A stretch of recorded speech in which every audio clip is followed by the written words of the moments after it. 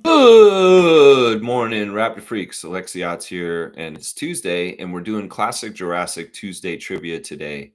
And we're going to do it on a former Raptor from the Bosch era, Anthony Parker. Yeah, it's pretty cool. We saw Anthony Parker recently at Summer League when the Raptors played the Orlando Magic in the second game of Summer League. Anthony Parker is currently the general manager of the Orlando Magic.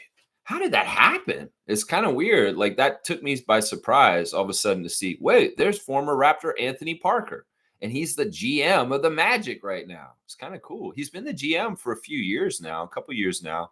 He was he started as a scout for the Magic. This is very Masai Ujiri, guys, by the way. This is the same kind of path Masai kind of took. Is he started as a scout for the Magic right after his career ended in 2012. And then he, worked his way up as a scout to being the GM of the Lakeland Magic, the G League team for the Magic organization. And then he got promoted to assistant general manager of the Orlando Magic.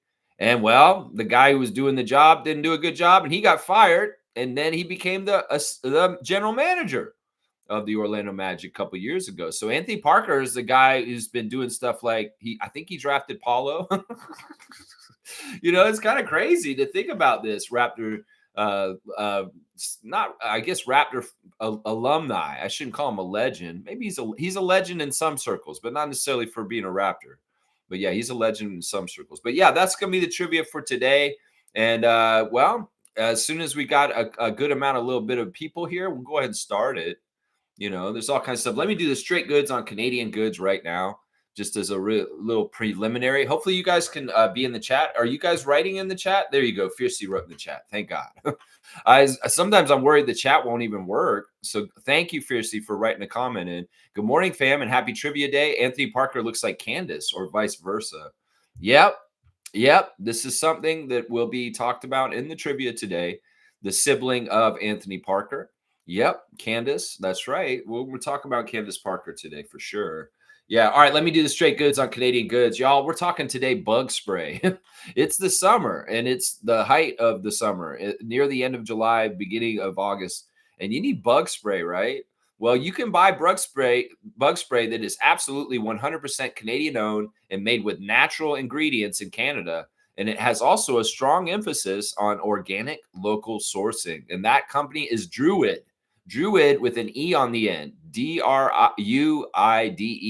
Druid is a bug spray made in Canada for Canadians, but from Canadian products. Just a really, really good product. So if you can find Druid, that's a great 10 out of 10 score on the Canada score product to buy for bug spray. You'd be supporting the country and our economy by buying Druid bug spray. So there you go. There's your straight goods on Canadian goods. Cool Cat's here. Good morning, Rapid Free crew.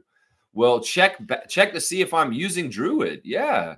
Check out their company. If you can find them in your market, that's maybe some of the way you got to do is you got to find it in the market, stuff like that. So yeah, Druid is the best bug spray you can buy in Canada to support Canada. There you go. Randolph Phillips is in the house. Good morning, beloved Raptor Freaks family. Great things are a combination of small things. So no matter how small your contribution, know that it helps create greatness. I love that. It's easy to get overwhelmed by, big things happening. But honestly, the power is in all the little microtransactions in some ways. Us as the population, as the humans, as the people of this world, we make very mundane decisions every day. We have choices to make every day in certain things. And well, sometimes the choices could be people or money. Everybody has a choice. If you're going to be humanitarian, you're going to have to start picking people over profit. But a lot of people are going to be picking profit because they're just unconscious and they're not living in a sustainable way. And it's sad. So yeah, every little decision that you make when you're faced with a decision, think about it. Is this for humanity or people, or is this for just my own selfish profit? That could be a really big way to try and live your life with God in mind and be better, because there's so many people that are working not in a Christ-like way, that are only worried about their selfish needs and their own profit margin for themselves. Well, God wouldn't be like this. Jesus Christ would not be like this. Jesus Christ would want everybody to have a seat at the table and everybody to have be taken care of. And it's more Christ-like to feed and house people than incarcerate them and starve them to death. So I would just say that everybody's got choices in microtransactions every day. Are you choosing people or are you choosing profit? I put that to you. Thank you, Randolph Phillips, for your blessings. Blessings to the Phillips family and all the Raptor Freak families. That's right. That's right. Hat claps for Randolph. Yeah, you know what? We're going to give Randolph a dunk today. You know, Randolph's a steady, very good influence on our channel, and I appreciate him. I appreciate his regular attendance and being here with us. 21 on the charts for Randolph Phillips. Yes, yes. Cool Cat saying, I just went to the Druid site. I used some of their products already. I will get their insect repellent. Awesome. See, this is what I'm talking about. This is a microtransaction. This is an exchange of information. You guys give me information all the time. I give you guys information. We become better informed. We can make better decisions. We can find products that will help our economy in the great country of Canada, like Cool Cat is seeking out right now. That's the beautiful thing right there. I love it. I'm going to give Cool Cat a dunk for putting on blast Druid insect repellent. I love that. Yeah, Coach, you're getting one too. You're getting one too for being a great role model and a great coach and just a fantastic person. There you go. 39 on the dunk charts for Coach Cool Cat. I love it. I love it. I love it. All right, let's see. Trevor J's here. Good to see our Commissioner of Fun, Trevor J. I appreciate you, Trevor. I'm sure you're back in the state of Florida safely back home in Fort Lauderdale. I hope that you're very, very, very happy to be back because I know you being away for so long is probably annoying. But it's also fun because you're at Summer League and you're also in Vegas. So that's pretty good. Trevor's words of wisdom this morning: be humble and never think you're better than someone else. For dust you are, and to dust you will return. Yeah, it's true. It's just true. You know, Ozzy Osbourne, a very important, iconic person. Hulk Hogan, very iconic, important person. But, you know, as of this week, they're just like every other dead person out there. And that's not to be disrespectful. That's just the truth. These men walked this earth and they were icons larger than life. You know, they would be known forever. But just like all of us, we are carbon. We are life forms. And we have, you know, until they figure out invincibility and never dying, well, we all have an expiration date. And that is the great equalizer for all in every way on this planet. That's right. Thank you, Trevor J, for your words of wisdom. Let's give a dunk to Commissioner J for all of his hard work this last couple of weeks, being in a different time zone and still making the strong effort to help me out in all the ways he does. Trevor, I love you. Thank you. Thank you so much. And I'm glad you're back home safely. That's right. Fiercely saying, I know it's gossip, but it has to do with one of our guys, Brandon Ingram, spotted with female rapper Glorilla. My daughter loves her. She has good pregame workout music. So this is something that Fiercely Jr. is listening to when she's getting ready for games is Glorilla. Well, this is really interesting because, you know, this is absolutely something we should talk about on this channel because it's Brandon Ingram. He's a Raptor. And this is the RaptorsFreak channel. We cover news on the Raptors. And this is something that has come up in the last day, that Brandon has been sighted with Glorilla in Mexico, partying with her and being very cozy. Let's just put it that way. Well, the man is himself. It's his personal life. In some ways, he's put it out there publicly, obviously, because it's been caught by TMZ and other places, that it's public, and that's fair game at this point. So it's like, I don't want to put out the players' personal lives unless they're already doing it and maybe strategically doing it because, you know, they wanted to. Either way, Brandon, hey, live your best life, my guy. And she seems like a very attractive lady. So yeah, I hope you have a great time, Brandon Ingram in Mexico. And Glorilla, well, maybe we'll see you at some Raptors games this year. Yeah, that'd be nice. We'll have to see. All right, let's get into the trivia, guys. We got a good number of people here. I've commiserated with the commissioner, Adriana, commissioner of trivia. Hopefully she's here, and she will be adjudicating over our decisions today on who's going to get the points in some ways. That's right. Kareem's celebrating. And I know, all right, I want to talk about this for a second before we start the trivia. He's saying, I think Cameron Brink is back, baby. Yeah, she's going to play today. This has been over a year that Cameron has been out for the LA Sparks, and she will return to the lineup in the WNBA tonight. And I was looking at the waiver wire when I saw that news, Kareem. I was like, "Oh, Cameron's back. I wonder if anybody's got her." And I went to look in the waiver wire, and I saw that the word "ass" was next to her name. And I was like, "Damn, Kareem still got Cameron." And well, you better activate her tonight. So there's a good promo to go ahead and get your lineup set up for our WNBA fantasy league, Kareem, because Cameron Brink is back, baby. That's right. That's right. She is back. Yeah. So he's saying I always confuse Glorilla with Megan Thee Stallion. Yeah. I mean, I don't know. I don't get them confused because in a lot of ways, I kind of know Megan Thee Stallion from videos that I watched a couple years ago, and Glorilla's more new. Like she's very, very new, and that's why I'm like, I don't really know who Glorilla is because I stopped doing my video project in about the last year or two, and I would be up on date on current stuff, and I don't really know her, but I know Megan because I've watched a lot of her videos from like 4 or 5 years ago. So yeah, yeah. Trevor saying, I'm happy to see Cole is out. Cole is out? What do you mean Cole is out? I'm happy to see Cole is out. What are you talking about? Cole? Who are you talking about? Oh, you misspelled Colin. Yeah, part of the news yesterday is the Raptors waived Colin Castleton, and we have a spot open in our training camp roster. It's probably likely that David Roddy's just taking that spot, guys. David Roddy, formerly of the Memphis Grizzlies, is going to fill the spot because the Raptors waived Colin Castleton yesterday. That needed to happen, and rightfully so. And well, really, it doesn't open up a spot for a roster for the season exactly, but it does open a spot for somebody to try and come to training camp and make the Raptors. I think that this makes it really more likely that AJ Lawson is going to be a Raptor this year, which is great. Does it make it possible that Chris Boucher is going to be a Raptor this year? Yes. That's another thing that could be possible. We'll just have to see what the front office thinks. I know you meant Colin Castleton, is what you're saying. You're happy to see Colin out? Yeah, I mean, I am too. In some ways, I'm sad for the young man because he had a real opportunity. Now, if he submarined his opportunity on purpose, just because he didn't want to be a Raptor, well, then that's on you, bro. That's your life. You're gonna mess with it like that. That's right. Fiercely saying Chris Boucher over David Roddy. I'm totally with you on that. That math checks. And you know what, Fiercely, for good math, good algebra, I'm going to give you a dunk for good algebra. That's right. That math checks. That does seem like a very factual mathematical equation that she's written there, that Boucher over Roddy. Yeah, totally. 92 on the dunk charts for MJ. That's right. Wayne's here. Good to see Sergeant at Arms, Wayne Strainer. Morning, Raptor Freaks. Let's manifest the return of Dwayne Casey.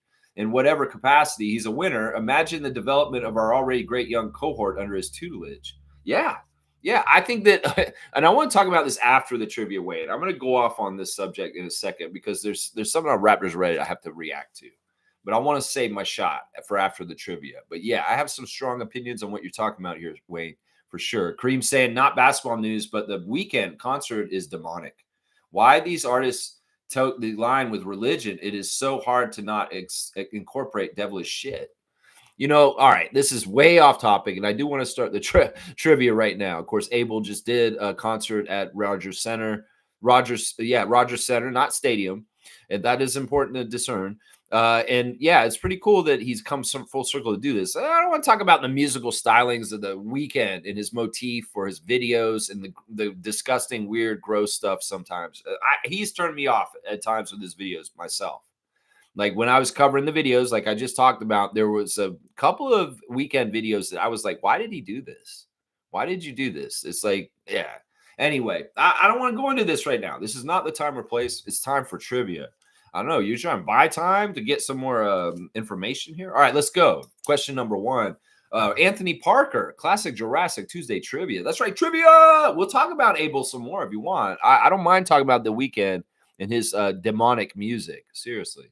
In some ways, I like his style, but in some ways, I'm like, what are you doing, bro? I mean, anyway. All right, let me keep going. All right. The question we always ask, guys, to start. What is Anthony Parker's middle name? Yeah. Trivia Commissioner Adriana got this one right away. She knows where to look for it. Yeah, Michael is right. I knew MJ was going to get it. Michael is the middle name of Anthony Parker. Anthony Michael Parker is the name. My name is Jeff. My name is Jeff. Is it? My name is Earl. All right, let's keep going. Question number 2. What team was Anthony Parker on when he... Oh, wait. I need to put my glasses on. I'm reading without my glasses, and now I'm straining my eyes. All right, hang on. I feel like Mr. Rogers putting on something like that. What team was Anthony Parker on when he won the Naismith Cup?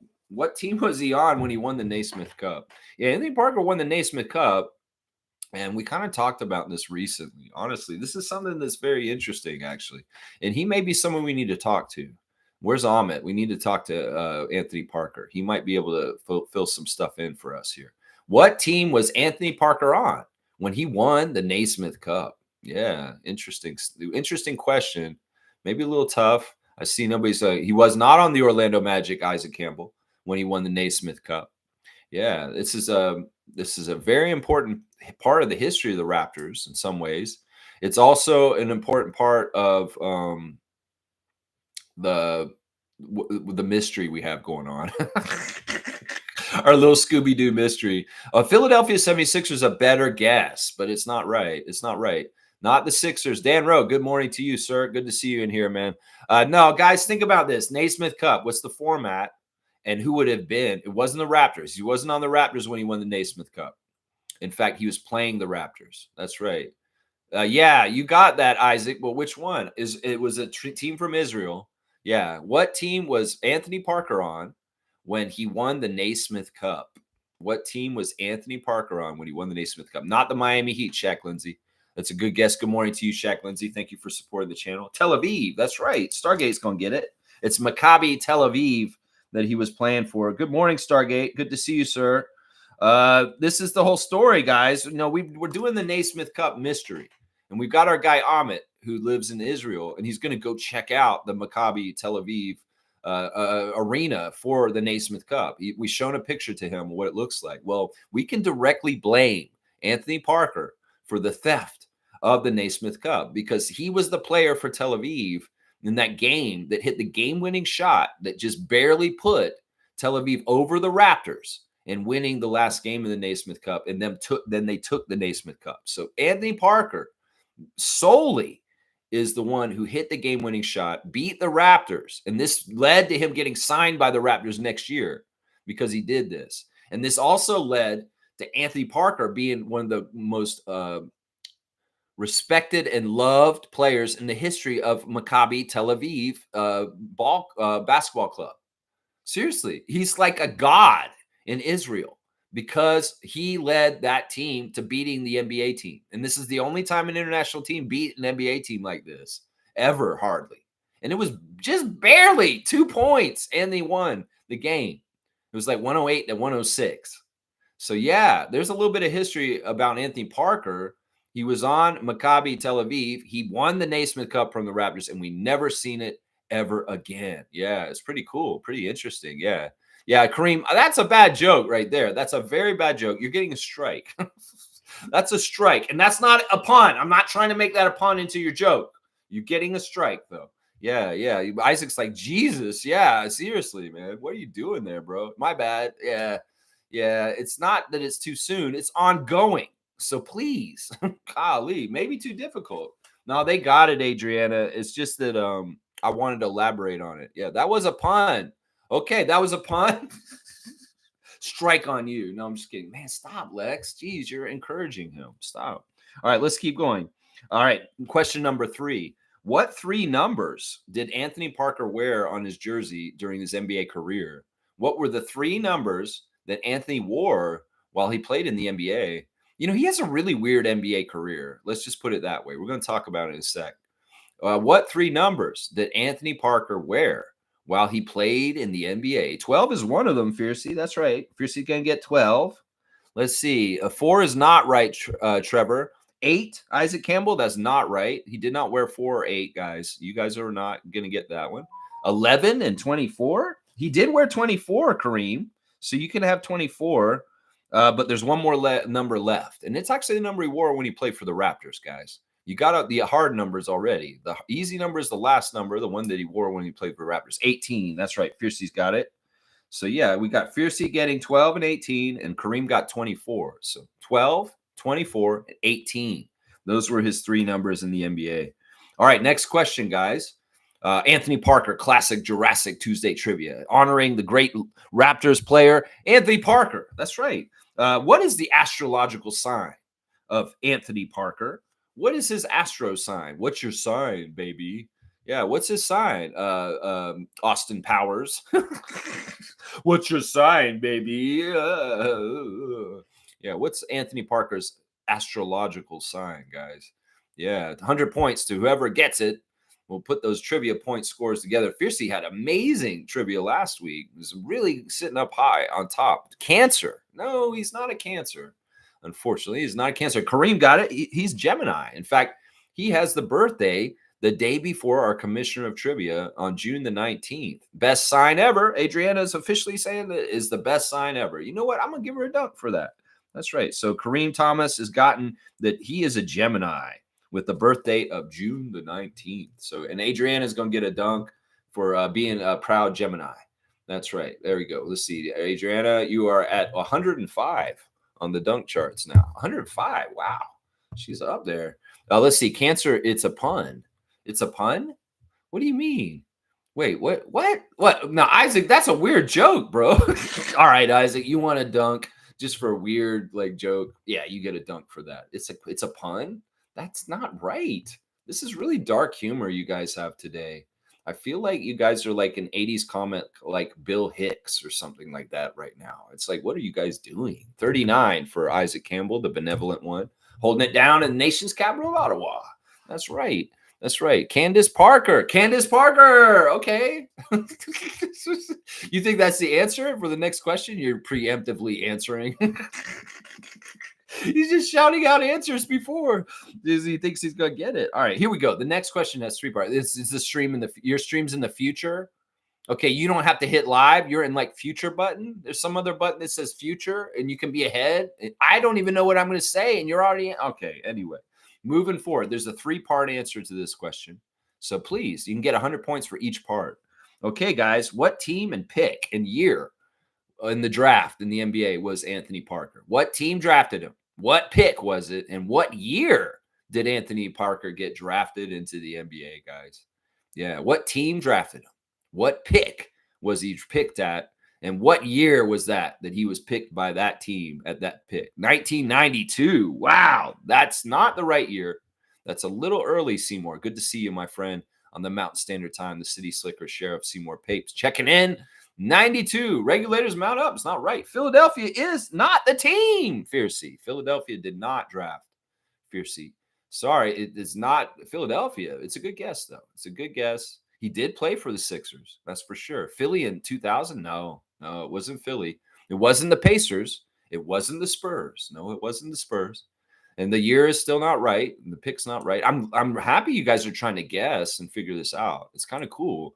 Because I know that it's easy to just go look it up, but you guys are going around it. Cleveland in 92? Nah, that's too early, and it's not the right team still, guys. It's not the right team.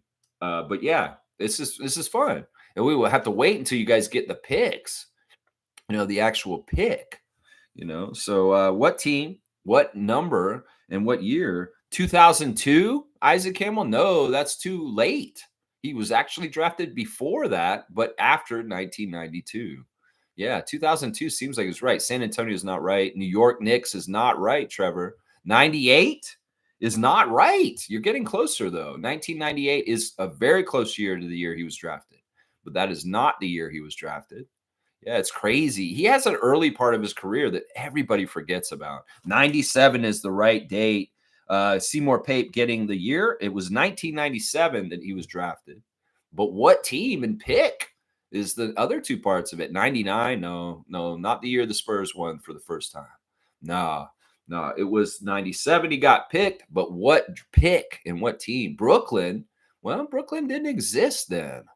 I'm sorry, Kareem. It was not Brooklyn, so to speak. But maybe you're close. Maybe you write the name right. And the full name, there you go. Fiercey's going to get it. It's the New Jersey Nets that drafted him. What pick was it, though? Yeah, it was in the first round. But what pick was it? in the first round. I'll go high-low on you guys. New Jersey Nets is the right team, and Fiercey got before you guys. Adriana, that's correct, right? Fiercey's on your list first with New Jersey Nets. Pick number 8 is too high in the draft. San Antonio Spurs, no. Atlanta Hawks, hit your live button, guys, just to make sure you're live on the stream. Pick number 8 is too high in the draft. 19 is closer. 19 is very good. Adriana is confirming that Fiercey got New Jersey Nets. Thank you. Trivia Commissioner number 1, top fan, Adriana. 15 is pretty good. It's going the wrong direction than where it should be. Kareem's the closest still with 19 as the guess, the pick. I love that you guys didn't just go look this up and we're finding it the hard way. Kareem's got it. It's 21. Yeah, he was picked number 21 by the New Jersey Nets in 1997. Now, you know he didn't show up with the Raptors for like a while after that. So we're going to talk about this and how this all came about. In fact, let's talk about it right here. Before Anthony Parker played for the Raptors, how many NBA games had he played in his career before he came and showed up for the Raptors in 2007? Yeah, that's when he showed up with the Raptors, was in 2007. So how many games had he played in his NBA career before he played his first game in a Raptors jersey? Yeah, and realizing what I just said, he got drafted in 97. 82, that's too high, Kareem. I mean, Seymour, sorry. That's too high, Seymour. 82 is too high. Apologize. Yeah, it's too high. We'll do high-low on this to get to the right number. Yeah, he had played less than 82 games by the time he played for the Raptors. Yeah, please don't go look it up. We'll find it in high-low. So, yeah, 82 is too high. How many games in the NBA had Anthony Parker played before he took the court for the very first time as a Toronto Raptor in 2007? How many games? 43. That's really good guess, Isaac. It's a little low. 67 is too high. You guys have a window to guess in. 41 is too low. So, yeah, somewhere between 43 and 67 is the answer. So, let's see. 77 is too high. 50 is too low. 45 is too low. 47 is too low. 42 is too low. 52 is too low. 41 is too low. So you guys are just a little bit low. Fiercey's the closest right now. 55's right. Seymour Pape's going to get it. He played 55 games for both the Philadelphia 76ers and the New Jersey Nets.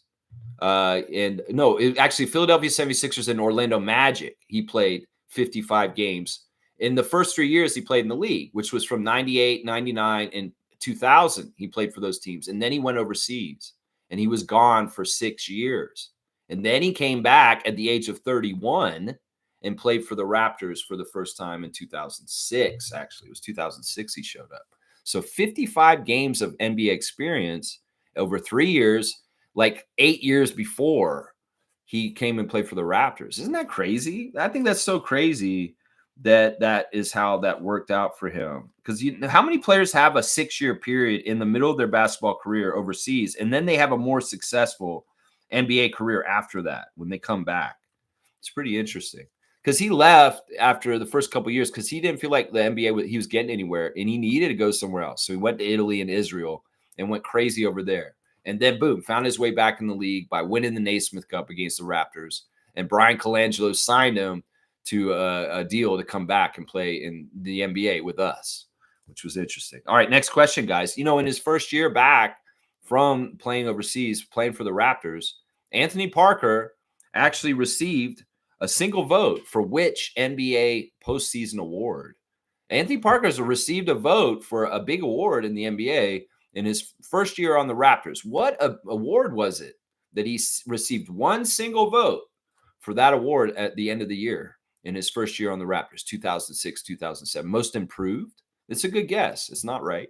It wasn't most improved. Yeah. But that's a good guess. That would have qualified in some ways, considering where he was from before. But I don't know if they do most improved from like 6 years ago and then that sixth man of the year. No, he didn't get a vote for sixth man. That's another great guess. He actually was a starter for the Raptors most of the time that he played for the Raptors. He very much was the Gary Trent Jr. of his time. That's the role he had on the Raptors at that time. Defensive Player of the Year is the right answer.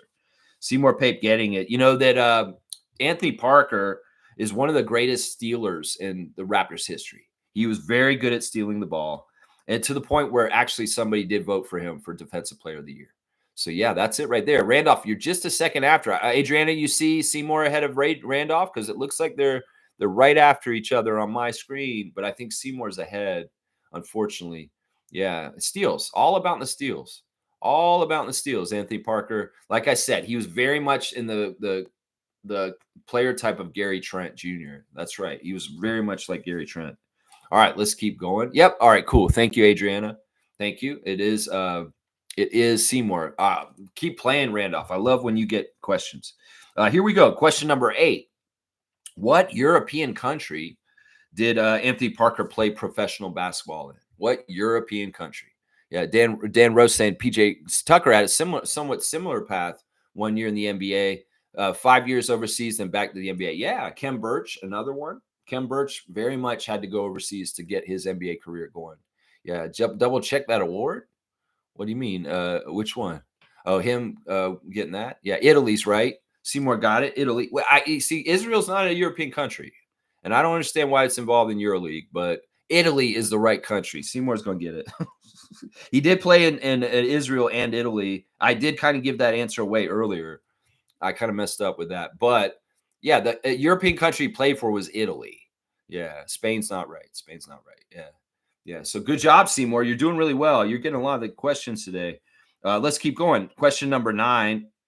What is the team nickname of Anthony Parker's alma mater? The college that he went to, what is their nickname as a team back where he went to school? Yeah, what is that? Seymour said, my boss finally cut Roger's cable. He's got good cable, so he's got good internet finally, so he can actually win at trivia. That's amazing.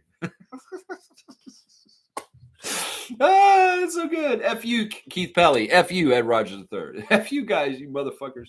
Yeah, that's from my side. It's from me. Dunk for Seymour's boss. There you go. Should I write this in and say Seymour's boss gets a dunk? The Braves. That's right, Creed. He's on the Braves. That was the name of the team. Stay in focus here, Lex. We got to give a dunk to Seymour's boss, though.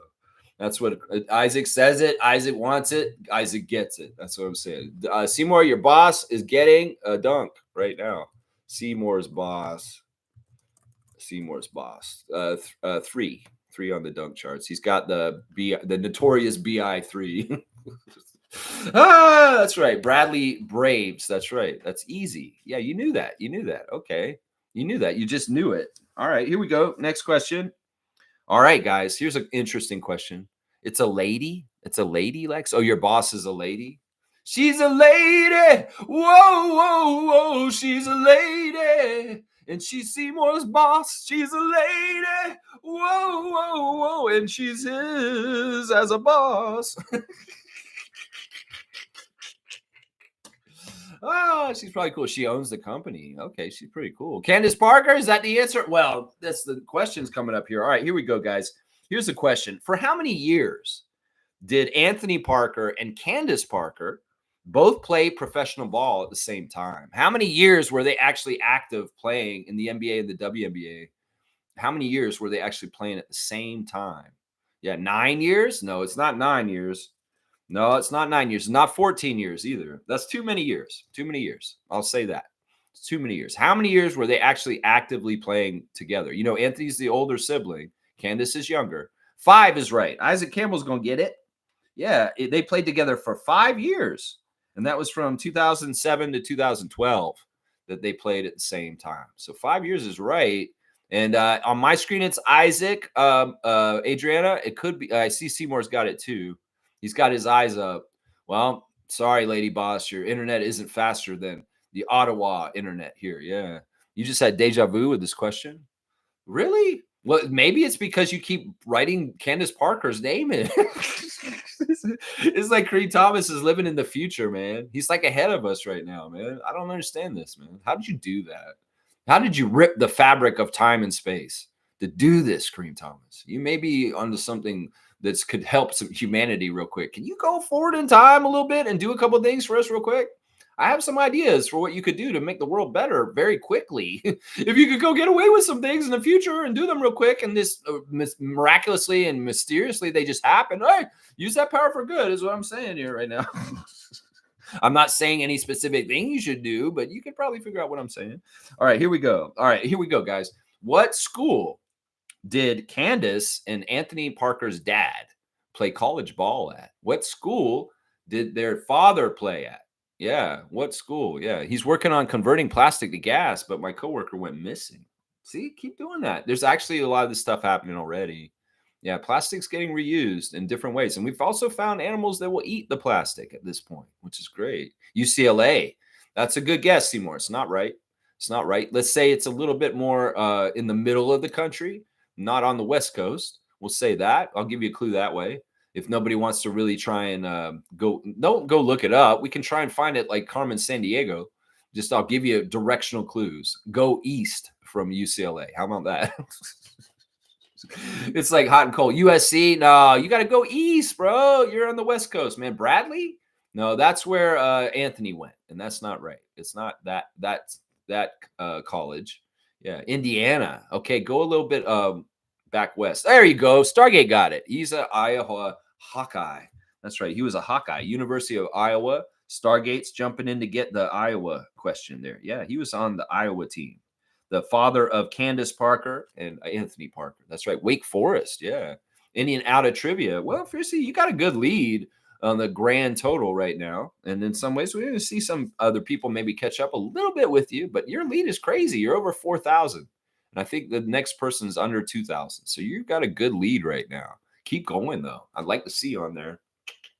Over there. That's right. All right, let's keep going. Here's the big question, the money question. How much money did Anthony Parker make total in NBA contracts for his career, guys? Let's see, up and down. Let's say high, low. How much money did Anthony make his whole entire NBA career? Remember, I'm not counting the money he made in Israel or Italy. It's just NBA contracts. How much money did Anthony Parker make his whole entire career in the NBA in money? And Brian Colangelo was a big part of this chunk. He gave him the best contract for this. Honestly, a big chunk of this was from Brian Colangelo and the Raptors. So how much money in millions, rounded, did Anthony Parker make his whole entire NBA career, guys? No guesses so far. I'm surprised. Oh, wait, am I not Hawkeyes? Hawkeyes. Repeat the question, please. 67 million? No, that's too high. Yeah. We need more coordinates. What? What are you talking about? How much money did Anthony Parker make in his NBA career, the whole entire career he played in the NBA? 45 million is too high. 42 is too high. Yeah, these are too high. Yeah, it's crazy. Seymour, your boss, Miss Seymour? He's asking if your boss is Miss Seymour. 38 million is too high. 30 million is too high. 31 million is too high. 23 million is right. Y'all, isn't that crazy? The whole entire career that Anthony Parker played in the NBA, he made $23 million total. Yeah, and you think about today's money. Yeah, 23 million. Isn't that crazy? I wanted to go and see if his sister made more than him because I don't think she did, even though she has a stature that she has in the WNBA. But they don't have any data on the salary totals for the WNBA players. Or I would go and look and see if she made more than him or not. I don't know if she did. And that's just really indicative of the difference in pay between the NBA and the WNBA. That she played. Yeah, it's crazy. I don't know for sure. I'm pretty sure maybe she didn't make that much. I don't know. I cannot say for sure. All right, guys. Question number 13. We got 17 questions. Why did Anthony Parker decide to wear the number 18 in his later NBA career? Why did he decide to wear the number 18 in his later NBA career? Specifically, when he was on the Raptors. He started on the Raptors in an 18. He wore the rest of his career, even when he went and played for the Cavaliers later. Why did he wear 18? What was the significance of wearing the number 18 for Anthony Parker? We'll see if you guys can figure it out. In some ways, this is a tough one. Honor his dad. That's a good guess. It's not that. No, he did want to honor something. We'll just say that. He did want to honor something, but it wasn't his dad. Yeah, it's an interesting one. Honor his dad. Okay. Yeah, no, it's not that, Fiercey. It's not to honor his dad. Why was he wearing 18 after he came back to the NBA? Kobe Bryant? No, it wasn't to honor Kobe. Kobe wasn't really, I mean, Kobe was big, I guess. He had won championships with Shaq already by 2007, but that's not why. It wasn't for Kobe. It's interesting. I'll try and give you guys a better clue if you guys are struggling with this a little bit too much. Or I might just tell you, go look it up, Fiercey. Go look it up. You can find it. It's a little bit of a tougher question because it's a little abstract. So, why did Anthony Parker wear the number 18 in his later career in the NBA, guys? What was the significance of the number 18 for him and why he wore it? You know, in some ways you got to think about his path and where he was for that. That may help you figure this out. You know, it's a little bit difficult to figure out. But if you look at his Wikipedia, it'll tell you exactly why, because it is on there. But in some ways, I don't want to just like tell you guys to do that. I will say, if we get a couple more guesses and they're not going the right direction, I say go ahead and just go look it up. Go look it up if you have to. Yeah. I appreciate you guys for supporting the channel. And I'm not sure if the Yakapurtle emoticon is up right now, but it should be. Why did Anthony Parker wear the number 18 later in his career, guys? What was the reasoning for why he wore it for the rest of his career after he came back to the NBA from playing for to honor Seymour's boss? I like that answer. I wish it was right. I wish it was right. It could be actually right. I don't even know. Number of medals? That's a good guess. I like that guess. The legal age of consent. You know what? You're getting a dunk. You're getting a dunk, Seymour. That's awesome. That is such a weird answer. It's because I want to honor the legal age of consent, guys. Like, Anthony, why do you wear the number 18? Because I want to honor the legal age of consent. That sounds crazy to me. 133. But it's crazy good because it's funny. All right, yeah, 133. All right, there we go. What is this? Kareem saying because his sister was 18 when he got drafted. No. Yeah, Fiercey, like go ahead and look. Go ahead and look. It's fine. Kareem Thomas is saying he beat 18 charges for drawing fouls, which was a record at school. All right. This is good. All right, I'm gonna go ahead and give you a dunk too because this is funny, man. You guys are creative with your answers. You're very, very creative. 179 is Kareem's total now. Adrian is saying maybe need a hint. Yeah. Kareem saying who let R. Kelly into this trivia? Oh my gosh, you guys, you know, Kareem's been a little bit controversial today. He's making kind of jokes that are in poor taste. I'm not gonna lie here. You know, it's like this is like, man, some South Park work going on in here. It's good stuff, man. In some ways, I was like, all right, Fiercey, did you figure it out? You can go ahead and write it in. Why did Anthony Parker wear 18 later in his career? Why was it? It has to do with where he was, honestly. That is the part of the answer there. Yeah. Why did he wear 18? Yeah. Fiercey's going to find it. She'll tell us in a second, guys. Yeah. More baby oil. What the hell is that, Trevor? More baby oil. Why are you doing this, man? Why are you doing this? We're saying 18 touches guarantees a wide. What is this? Man, these are good guesses. They're kind of funny. What is the significance of 18? I don't know. I don't know myself, but in some ways, maybe Fiercey's still looking. She's looking for it, but she hasn't come back yet.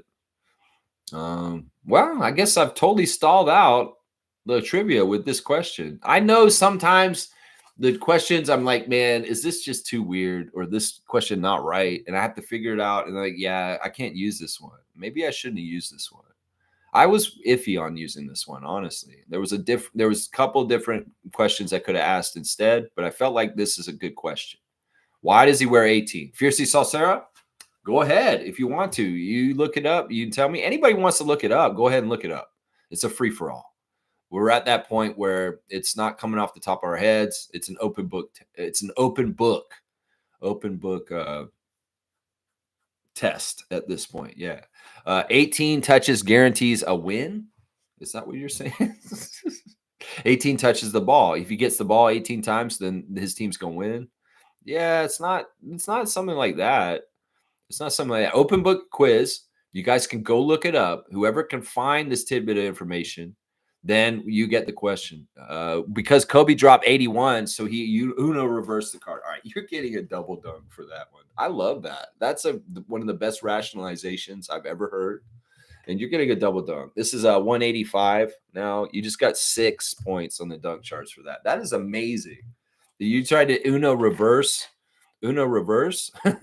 All right, Stargate. You wrote it with a certain keyword. Don't write it with certain politically charged keywords, and it could be that you did that. So maybe it's filtering out, because I do have some words filtered on this channel, and maybe it's filtering. I'm not seeing your message. So try and write it in without writing in a specific country's name, because I think that may be why it's happening. Because it does. I do have filters for words that if you write in, the message won't show up. And okay, here we go. All right, let me see. All right, I'm going to need Adrian to help me figure this out for sure. Stargate's saying he wrote it, but I don't see it up there because he has a banned word in his answer. And I think that's why. Size 18 shoes is a great guess, but it's not right. Is it his IQ? You guys are hilarious. Well, he's the GM of the Orlando Magic. Let's hope not. I mean, maybe we should hope that's true. He averaged 18.9 points per game, though. Isaac's got it. It's actually to honor Judaism. Anthony Parker is a Christian man. He's not Jewish, but he did go to Tel Aviv and he did play for Maccabi. And he not fell in love, but he gained respect for the Jewish faith, not necessarily for Israel. Let's just put it that way. There's a difference here. Judaism is not Israel. Let's just put it this way. And this is part of the lesson I want to say right here, is that he is honoring the idea of the religion of Judaism, which is a beautiful concept when applied properly, just like Christianity. And a lot of people are not applying their religion correctly in genocide. Let's just say that. But yeah, he really felt like the teachings of Judaism was something that he really respected and valued. So the number 18 is very important in the faith of Judaism. So he's doing it to honor the religion of Judaism. It's not necessarily to honor Israel. It's to honor the religion. So yeah, that's what it is right there. Life and good fortune. Good fortune, chi.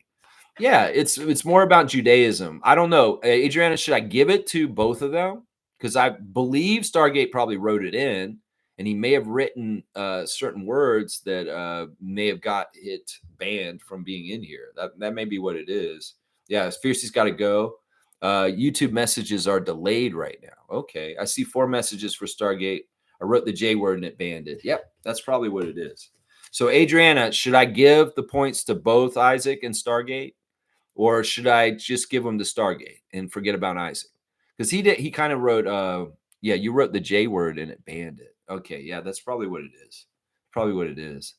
So I will wait for a commissioner of trivia to respond if she's here still. Hopefully, she might be busy. She might have something to do with her grandmother real quick.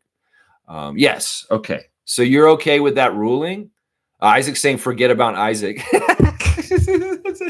Forget about Isaac. Forget about Isaac. What about Lloyd? What about Isaac? Why not Isaac? Why not Lloyd? Come on, man. Both. That's what Seymour's saying. Both. Adriana's saying both too. All right, cool. Good. Stargate. We are going on the trust because we do believe you. And we're going to give Isaac points too for coming in and writing part of it in too. So both you guys get 100 points for this one. Good job. All right. That question took way too long. And that's what I get for asking a question like that, I guess. Yeah. Thank you, Adriana, for your ruling. All right, guys, here's a fun one. There's a lot of answers to this question. So get ready. Full name answers. Don't half-ass me. Don't let people seagull you. Get the full names in. Who are the top 5 teammates of all time that played next to Anthony Parker? Raptors. Only Raptors. Top 5 Raptors teammates played the most games next to Anthony Parker. Full name answers. Top 5. You get 5 answers. Who played the most games with Anthony when he was on the Raptors? Which Raptors have the most games in common playing alongside Anthony Parker? Chris Bosh is on the list. He is number 5. He's not number 1 or anywhere, but he is number 5. Kyle Lowry is not on the list. Kyle Lowry is after him. Jose Calderon is on the list. He's number 3 on the list, Seymour. He's the third most games played with Anthony Parker, is Jose. Vince Carter was not there. He was before Anthony Parker. Anthony came after Vince. DeAndre Carroll is what you're trying to write there. That's not right. Andrea Bargnani is right. He's number 4 on the list. Andrea played the 4th most games with our guy Anthony. Morris Peterson is not on the list, Seymour. He did not overlap with him correctly to get the most games. Amir Johnson is not on the list. Damari Carroll is not on the list. TJ Ford is not on the list. Smooth Brown Man saying Andrea Bargnani, he's already been guessed. He is right. The top 2 answers on this list are not guessed yet. You've gotten Jose, Andrea, and Chris Bosh. There's 2 players that played more games with Anthony Parker as a Raptor than those 3 guys that have not been named yet. Now, they are not more well-known Raptors. So in some ways, you guys are going to need to dig deep in your Raptor freak knowledge of the history of the Raptors. Rasho Nesterovic. There you go. That's the kind of names I want to see. Nope. Corey Joseph is not right either. He's too much after. Danielle Marshall is before Anthony Parker, and he is not on this list. These are good guesses. These are good guesses. So, yeah, I would say this one of the guys, the number 1 guy on this list, he competed in the dunk contest once. Let's just put it that way. There's a good guess for that one. Mike James is a good guess. It's not right. Dan Rowe's going to get Jamario Moon. Jamario Moon has the most games played with Anthony Parker on the Raptors roster. So good job, Dan Rowe, getting points today. Jamario Moon, number 1 on the Family Feud charts for this. Now, the other answer, I will say this. The other answer had a twin brother who played in the NBA at the same time that he played in the NBA. So if this is a tough one, Jose Grievous, you mean Grievous Vasquez? Jose Calderon is on the list. Milt Palacio is not on the list. But the last name on the list is the number 2 name, and they have a twin that played in the league at the same time as them. Joey Graham is right. Trucker Cass. Understanding that Joey Graham has the brother of Stephen Graham, twin of his that played for Indiana, and he played for Toronto. Joey Graham is the right answer. Good job, Cass, coming in. Love to see different people getting the different names. Yeah, Jamario Moon, Joey Graham, Jose Calderon, Andrea Bargnani, and Chris Bosh, top 5 all-time teammates for Anthony Parker. Yeah. We had the better twin. You were thinking about the bad checks, Marcus Morris Sr. Is that who you're talking about right there? That's right. That's right. Yeah. Joey Graham. Oh, wait. Joey Graham. Stargate got it. That's right. You're right. Hey, Stargate got it first. Adriana, correct my mistake, because I see Kaz is correcting me, and I do see it that Stargate got it over Kaz. My bad. I'm sorry, Stargate. That one is there. I do see it. That is just me overlooking. This is why I need Adriana to help me. Honestly, it's because I'm not always exactly correct. Yeah, you got it. You got it. I changed it. I changed it. My fault. My bad. My bad. And if Adriana wants to confirm for officialness, she can. But we'll keep moving. All right, 3 more questions, guys, on today's Anthony Parker. Yep, Stargate. Okay, thank you, Adriana. Number 1 top fan. Yeah, Sonny Weems. Yeah, he's more with DeMar later after that. Sonny Weems is definitely somebody we want to talk about on this channel in the future. That's right. You thought he would pan out? Yeah, so did DeMar. DeMar's like, man, Sonny Weems is so good. And then Sonny Weems wasn't in the league anymore. That was a weird lesson for DeMar. He was kind of like, whoa, Sonny's gone. It's like the league is cold and mean. That's what he was thinking out. Yeah, no one did less with more than Joey Graham. Yeah, I mean, I don't want to slight him too much. It's sad. He's one of those first-round picks the Raptors made in the Colangelo era that just wasn't. Yeah, it was nothing there. Yeah, Popeye Jones. Okay, it's just a random Popeye Jones. Just throw Ron Jones in there just for real quick. All right. Question number 15. What opposing player, played the most games against Anthony Parker in his career? What player in the NBA played the most games against him in his career? I want guesses, guys. Don't go look this up. I want to have fun with this. And I'll try and give you guys clues to get there. Oliver Miller did not play with Anthony Parker. No, he did not. Rest in peace, Big O. We love you, my guy. That's right. Big O Miller. That's right. Kawhi Leonard. No, Kawhi Leonard did not play the most games against Anthony Parker in his career. Let's think about who would be in his time era and would have played the most the whole time that Anthony Parker played in the league.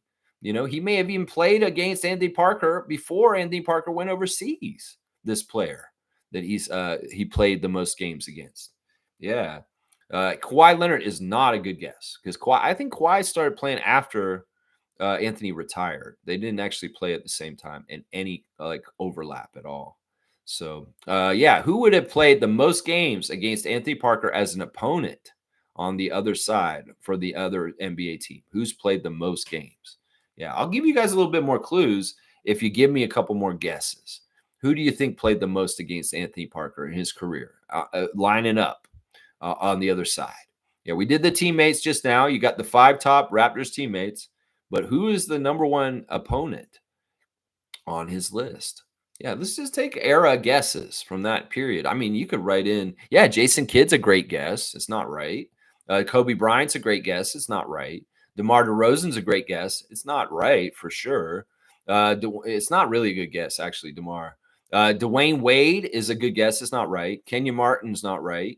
Joey Graham was a Rob Babcock choice. Oh, okay. Oh, I apologize for sullying Brian Colangelo. Thank you for fact checking me, Dan Rowe. And in fact, I'm going to give you a dunk because that's encouraged. If I'm not correct, I want you guys to set me straight. And that's why if somebody does tell me I said something that wasn't right, I will reward you. That's the way most people should be in this world. It's not, oh, you're saying I'm wrong? No, you're wrong. No, reality is this, and you should correct it. That's right. Let's see. Kenyon Martin is not right. Huge delay on YouTube. Interesting. Okay, John Wall. No, not John Wall. Allen Iverson is a good guess. It's not right. Candace Parker. That might have been his most games against him through his life in the driveway. Yeah, Candace, maybe. Let's just say this. This player became an NBA champion after languishing on a team that was a small market team for a long, long time. He finally became an NBA champion when he went and joined one of the early big threes. Let's just put it that way. That'll tell you the player right there. Tim Duncan is a good guess. He's a contemporary of this player for sure. This player is often compared to Tim Duncan at that position and said that this is probably the closest guy to Tim Duncan as skills wise in certain ways around that era. So I'm giving some guys really, really good ones. Okay, Adriana's out. All right. Thank you, Adriana, for the work you did today. I appreciate you so much. All the love in the world to you. And I hope that Baba's doing good. And you guys have a good day. Ray Allen's a great guess. It's Kevin Garnett. Isaac got it. It's Kevin Garnett. You guys figured it out all at the same time. And on my screen, it's Isaac Campbell with Kevin Garnett and Kareem twice right after that. Dan Rose right after it. Yeah. Isaac's got it, though, on my screen. This will make up for the one earlier that he just missed out on. Stargate, you don't have it anywhere in there that I didn't see, right? But yeah, Kevin Garnett is the player who played the most games against Anthony Parker in his career as an opponent. And partly it's because Garnett was around when he was in his early career with Philadelphia and Orlando. So he actually got some games against Garnett before he went overseas. So yeah, Garnett's your favorite player of all time. The big ticket, huh? You like big ticket. I was almost going to make that the nickname was the clue. I was going to say big ticket. And then boom, you guys got it. Kevin Garnett. Boom. But I guess the clue was pretty good to say that he was languishing on a team that didn't do well. Kareem Garnett. Okay. You know what? Hey, that sounds great. All right, 2 more questions, guys. And they're interesting. All right, the next question is, what is Anthony Parker's game high in the NBA, his career? He got it on the Raptors. He got it twice. He got it on the Raptors, and then he got it on the Cavs later on, too. What is the most points Anthony's ever scored in an NBA game? What is the most points? 51? That's too high. Yeah, that's too high. He didn't score 51 in a game. He's not Terrence Ross. Come on. He's not Terrence Ross. 36. No, it's not 36. Not 32. 26? 26 is the closest so far. 43 is too high. 32 is too high. 26 is the closest so far. 24? No. 39? No, it's too high. 24 is too low. Yeah, so we're getting close. You guys are getting high, low. We know how to play this game, just like on Price is Right with Bob Barker. It's higher, lower. 29 is too high. 29 is too high. 24 is too low. So you kind of get in there. 26 is too low. I think we got it down to like 2 numbers it could be. We got to figure out which one of those 2 numbers it is, guys. What is the game high, career high ever that Anthony Parker scored in a single NBA game? It's between 29 and 26. 28? 28 is not right. 27 is right. Who wrote it in first? It looks like Isaac wrote it in first. Isaac getting in there before Kareem. 27 is his game high. That's the most points he scored on the Raptors and also on the Cavs. He did it twice. He got 27 in 2 different games. Trevor jumping in there and getting 27. Cool. I like that. I like to see Trevor trying to get trivia answers. All right. How about this, guys? Let's flip it. What's the game high in the career of Candace Parker? What's the most points Candace Parker scored in a WNBA game ever in any games, any team that she played for? She's retired now too, so her career's over. What is the most that Candace ever scored in a game, guys? His younger sister. What is her career high? Yeah, this is interesting. 30? That's too low. 44 is too high. 31 is too low. So yeah, we've got a window between 30 and 44. So somebody figured out in there. Yeah, she's definitely scored more than her brother. Let's just put it that way. Much like Reggie, his sister's better than him. You know, it's kind of funny. Cheryl was older than Reggie, and now Anthony's older than Candace, but Candace is better than Anthony, just like Cheryl was better than Reggie. Most people don't realize Reggie Miller's not better than Cheryl Miller. Most people don't realize that. Cheryl Miller was way better than Reggie Miller. way, way better as a player. But she didn't have a WNBA to play in. So nobody knew that. You guys are going to still guess? We're still trying to guess Candace Parker's game high in her WNBA career. What's the most points that Candace ever scored in a WNBA game? It's between 44 and 31, we'll say. 31 is too low. So it's somewhere between 31 and 44. Is there a delay or something going on with the chat? I don't know. There does seem like there's YouTube delay on the chat today. So we'll just have to see if you guys can get to the Candace. No, 40. All right, Cream did it. Yeah, she scored 40. That's her career high in the WNBA. In some ways, that's impressive. You know, in the WNBA, they have shorter quarters. They only have 10-minute quarters, right? So in some ways, the chances to score more points than WNBA are tougher. So yeah, she has a 40-point game. You love her. Okay, I like that. 37, 35, 39, 40. 40 on the dot. And there's me. There's 5 of me real quick. Starting lineup of Lex. All right, last question for today, guys. Let's go. Huge delay. Yeah, I don't know what's up with YouTube on that. Maybe they're wondering what I'm doing here. They're like, we got to censor his chat. They're making jokes about Israel. That's your fault, Kareem. All right, next question, guys. Which one of the 2 siblings between Candace and Anthony had played the most games in their career? Which one of the 2 of them played the most games? It's between NBA and WNBA. Not Anthony's international career. Just who played the most games, Candace in WNBA or Anthony in the NBA? I know this is kind of like a yes or no question. It's easy. There's 2 answers. So it's like Candace played more games? No, that's not right. Candace Parker did not play more games than Anthony Parker. So I kind of gave away the answer, guys. That's not a really good question. I shouldn't have wrote that way. So the answer is Anthony. Anthony Parker actually did play more games than her. He played something like 494, and she played 440. And yeah, so Isaac's gonna get it. It's Anthony. He wrote in Anthony first. But yeah, those 50-50 questions, I shouldn't write those. Yeah. You want to dunk for Kareem? I can do that too. Yeah, it's really indicative of, the WNBA schedule is not as long as the NBA schedule, right? There's 82 games in the NBA schedule, and WNBA don't play that many games. So the accumulation of total games over her career, Candace Parker didn't play more games than Anthony Parker, even though he played 6 years of his professional career overseas in the middle of his career. And she played straight up like 12, 13 years in the league in the WNBA. She still had less total games played than Anthony. It's kind of interesting. You want to dunk for Kareem? We'll do that. Yeah, we'll do that. Kareem's been cleaning up today. He's been very edgy, but also witty. At times there's been some hits and misses. with his jokes here. That's for sure. And that's not a pun about his joke earlier either. All right. Last question of the day, guys. All right. Who had more points in their NBA career? I didn't do this right either. Which one of the two had more points between the two siblings in their basketball careers? Let's see. Sherman Williams is Candace's baby daddy. Sherman Williams?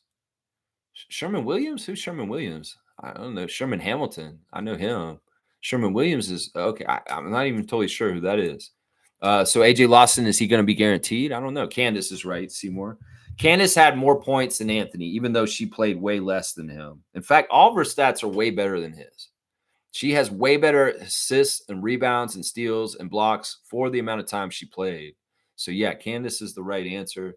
I see that you half-assed it, and Isaac actually put the Parker in.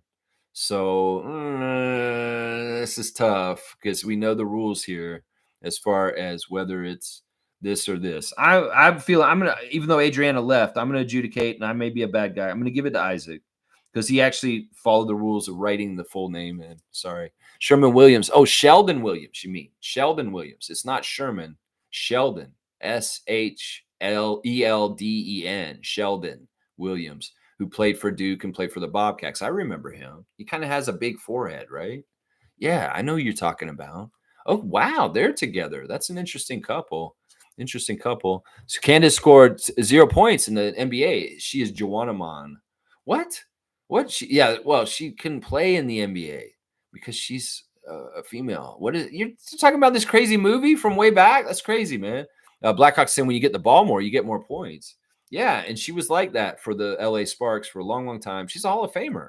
She's an MVP. She's an all-star. She's a top-level player in the history of the WNBA. And she's better than the other guy. Yeah. Yeah. Let's see. Points go to Seymour's boss. Okay, you want me to give the points to Seymour's boss? You know what, Isaac? You're so crazy. We're going to do that. Isaac doesn't get the last one. We're going to actually put Seymour's boss on the trivia standings, and Seymour's boss is getting the last one. That's a win for the ladies right there. That's a win for the ladies right there. That's right. It makes sense that you guys would do that. All right, let's see. Sheldon Williams. Yeah, Sheldon Williams. That's right. Yeah. Isaac, you want her number? Really? No, Isaac's a married man with a family. What are you doing? Isaac wants Seymour's boss's number. What's going on, man? This man's Chuck Woolery over here. He's like, oh, it's back in 2 and 2. We're gonna make a love connection today. Isaac, you want the number of my boss? Maybe it's like Seymour wants better shifts. He's like, my friend Isaac can help you out. And like, you know what? Maybe I get better shifts. Maybe I get better, favor. I'll hook you up with this nice man named Isaac Campbell. He's benevolent. Yeah, there you go. There you go. Yeah, let's see. Smooth saying, I think Candace Parker is a lesbian, though. What? These are crazy allegations. I don't know if she is or not. I mean, maybe she is. I don't know. None of our business, honestly. Spam calls all day. What, you want him to spam call her? No, don't do that. Don't do that. Smooth saying, but before she came out, Sheldon was with her. Okay. So she kind of changed her sexuality. Maybe she just wanted to hook up with Sheldon to make the baby. She's like, I want babies in my life. Sheldon, I like you. You're a basketball player. Maybe we can make good basketball babies. So yeah, let's hook up. I'm still a lesbian though. I'm sorry, Sheldon. Don't get any of those kind of ideas. No, I like ladies. It's just I needed your baby batter to make a baby. That could be what it was. I mean, seriously, that could be what it was right there. See, Isaac is married. I told you, he's very much married, and he does not live in Utah.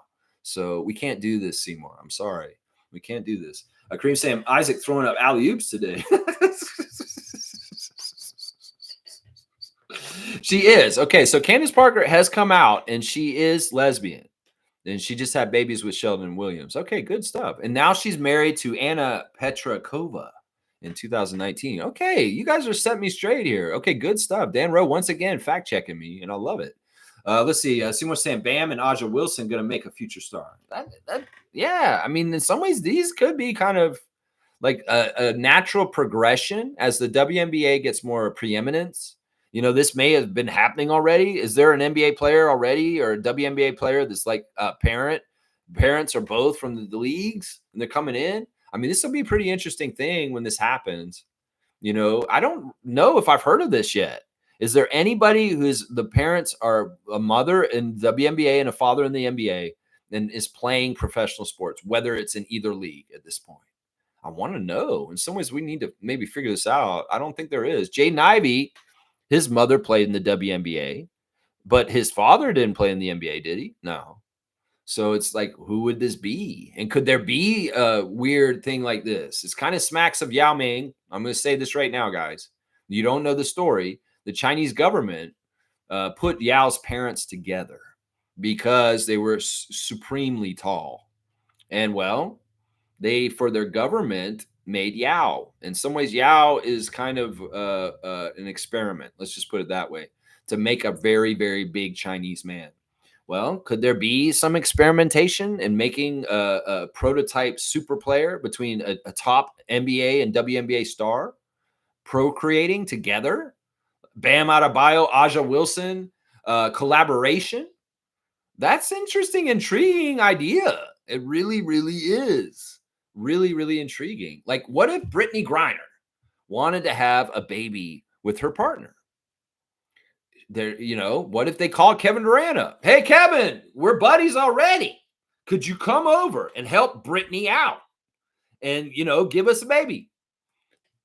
Kevin's like, I don't want the responsibility, man. I'm too busy on Twitter arguing with fans. I'll go ahead and do this. But it's just because I don't want to have anything to do with this kid down the road. Well, they're going to know it's your child, though, because we're going to publicly tell everybody. That's fine. That's fine. I don't care. And somebody said this kid's good, I'll feel like a proud dad from far. Something like that. I don't know. This could be interesting because they're very close. Brittany Griner and Kevin Durant are best friends. And if she was going to call somebody to help her, I think they've already had babies, though, her and her partner, and they didn't go this route. But what is to say somebody thinks this way? And there's some sort of power couple between the WNBA and the NBA at some point, like Beyonce and Jay-Z hooking up in the music industry, something like that. I'm telling you, this would be monumental. And I don't know, would this kid be a Bronny or would this kid be a Steph Curry? That's what I'm wondering right now.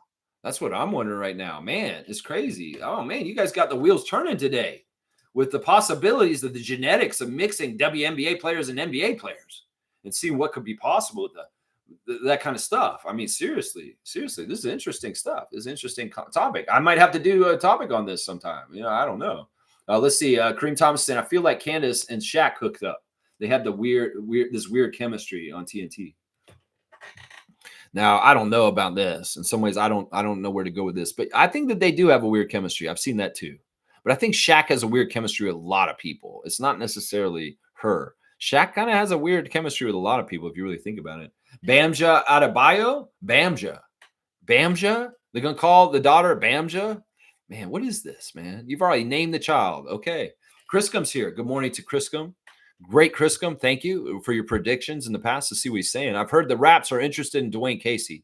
If there's any consideration, the only answer is to rehire Masai. All right, there's a weird sentiment going on around Raptors Reddit right now that's very anti Dwayne Casey. I don't get it. I do not get this. Somebody wrote this here. They said this on Raptors Reddit, checking in this guy named No Fence. I don't know who the hell you are, but listen to me right now. Dwayne Casey is reported as a leading GM candidate. Management needs to know this would be franchise suicide. What? Franchise suicide? Oh my gosh, that's crazy. No, it would not. And I'm going to explain why. This person's saying it's for a GM. It's not for GM. It's for president. My bad. There's rumors that Dwayne Casey has been through multiple rounds of interviews with MLSE and is a leading candidate for the position. I think this needs to be said how much of a ridiculous joke this is. This person is showing they don't know anything about Raptors history. Obviously, you're an idiot, Raptors Redditor. First of all, I'm going to say that. More specifically, I think as fans need to tell ownership loud and clear that this would be an absolute franchise suicide from all possible perspectives. First of all, I don't like you using the word suicide so frivolously. There's nothing about suicide. This is not life or death. You're taking a very serious thing and you're trivializing it with some bullshit in sports. You shouldn't do that. Personality-wise, Dwayne Casey is as tough but charming old man who can get grumpy. That's so stupid. They don't know him. I can see why MLSE might like him. They don't know much. What do you mean they don't know much? This is absolutely stupid. Like, and he goes and lists a whole bunch of reasons why they think that they wouldn't be good. And this is what they're going to say. Let me see. That being said, any person who's paid any amount of intelligence to this team in the last 10 years knows this is utter disaster. That's not true. If you paid attention, you would understand, you dumbass motherfucker on Reddit.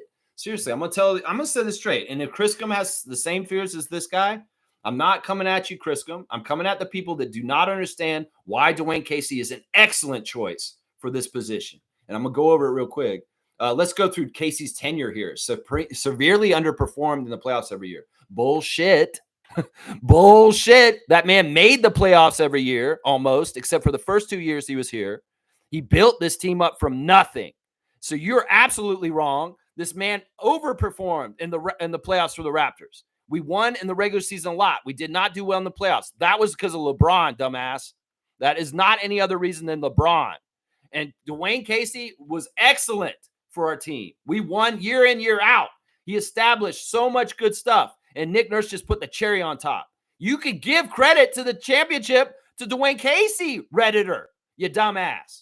You can't even think of this. He's saying Casey is a perennial loser. In his first stint in Minnesota, Casey won 33 games his first season before being fired halfway through his second. With Detroit, he won 41, 20, 20, 23, and 17. You notice he didn't say nothing about what he won in Toronto. And also, you didn't mention that he is in the front office for Detroit, and Detroit is one of the best teams on the rise in the East either. You didn't say that. He's not getting hired for coach. People that have a problem with Dwayne Casey possibly coming back and being in charge of our team as the team president. He's not getting hired as coach. So don't get upset and say, oh, he didn't do this in the playoffs. He didn't do this. No. Listen, he's a great executive, and he's proven it in Detroit recently. Look at where Detroit was when he started there. He coached them, helped them in the beginning coaching, and then he went to the front office, and now look at what Detroit is doing. So this is crazy. Listen, I'm going to say this right now. Anybody who thinks Dwayne Casey's a bad choice for the Raptors, you're an idiot. Because I'm going to say this once again. The only thing that matters about replacing Masai Ujiri, which you can't do, there's no fucking way we can replace him, is we need somebody that's going to be positive and grounded and good for our team. And Dwayne Casey is that because he respects our team. He's been here for a long time already. He understands our culture. He's already worked with Bobby Webster very, very closely. And he is a winner. He's not a loser. You can say he's a loser because you have that perspective looking from that direction, but that's not the right direction. He's a champion with the Dallas Mavericks as an assistant coach under Rick Carlisle when they won with Dirk Nowitzki. He came here, took the job under Brian Colangelo, continued to work here under Masai because he did such a good job. Masai didn't replace him, and he built us up. He hit his head on what he could do for us as a coach in the playoffs, and Masai made a tough decision and fired him when he was coach of the year. He was fired when he was coach of the year. This man's extremely successful. People that think that he is not successful, you're not paying attention because he built the Raptors up with Masai and Bobby through the 2010s to multiple Atlantic Division championships, appearance in the Eastern Conference Finals, and all kinds of other great stuff that built. And basically, Nick Nurse came in and put the cherry on top of what Dwayne Casey built as the coach of the Raptors to get us to the championship in 2019. It's kind of like the last part of the group project was signed off by Nick Nurse, and really Dwayne Casey did most of the project, building the team up to the championship. So don't give me this crap. People that don't understand how good Casey is, and he's astute, he's going to sit in the front office. All we need is somebody to be in a buffer between Keith Pelly and Bobby Webster. That's what that job is. That job is a buffer between the ownership group and MLSE and us doing basketball stuff without them dealing with us.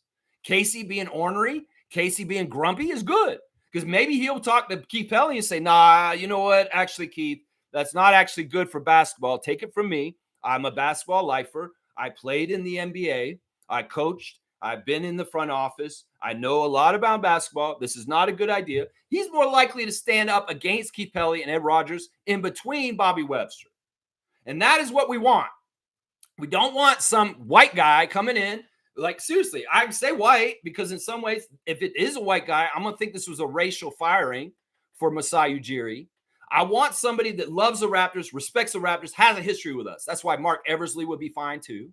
That's why Bobby Webster just getting kicked up to the team president spot from the GM spot is fantastic. Those are great options. All three of those work. And casual Raptors fans that think Dwayne Casey's a loser, you're an idiot. You are an idiot. We don't have that Larry O'Brien with us in Toronto without Dwayne Casey. That's just the damn truth. And honestly, the man's track record after leaving the Raptors is supremely good. The Detroit Pistons are looking like, look at the Detroit Pistons right now and where they were when Casey showed up there. That's what he does. He fixes teams. He builds them up. And you don't have to worry about him making slow coaching decisions because he's not the coach. Rajakovic is. Casey can be the president of this team and he will flourish and he will help. And the other thing is he worked hand in hand with Masai Ujiri. He knows Masai inside out. Masai and him worked very closely for like 8 years, y'all. So it's like, why wouldn't he be a great coach for us? I mean, a great president for us because he respects Masai's culture and what he built here because he understands it because he was in it. This is why he'd be amazing for this. I'm telling you guys right now, and Casey would love doing it, and he would do the job right. He's came back in the last year during our alumni season. He's not supposed to be totally cool with us because he's still active with the Pistons, but he came back and showed ultimate love for the Raptors franchise, even though we fired him and cut him loose right before we won the championship. He has no ill will towards us. Any Raptors fans who doesn't want Casey because they think that he's an enemy of ours, you're an idiot. He absolutely loves our team still. He made it very clear last year in interviews. He didn't have anything against Masai Ujiri. He understood why he fired him. He understood why things happened the way they were, even if he was a little salty in a couple of years afterwards, like DeMar DeRozan. That's natural, right? That's a natural feeling to feel. But Casey's a bigger man than that, just like DeMar. These are very mature, well-rounded, emotionally high intelligent men. They're not cavemen. They're like, you hurt me, I hate you for the rest of life. No, these guys went through their own emotions about getting discarded by the Raptors franchise and then them going to get that Larry O'Brien the year after they left. And they've dealt with it, and they're in a good place with us. Both DeMar and Dwayne love Toronto. They know a huge part of their success in their professional lives is intertwined with Toronto. So this is the biggest thing we want, Raptors fans, for the position of president of the Toronto Raptors is loyalty and trust, that we can trust and this person is loyal to us. It's like, look, Dwayne Casey, he got sold out by us. And he went to Detroit and he kicked our ass as the coach of Detroit the next year and swept our asses. He's gotten revenge on us.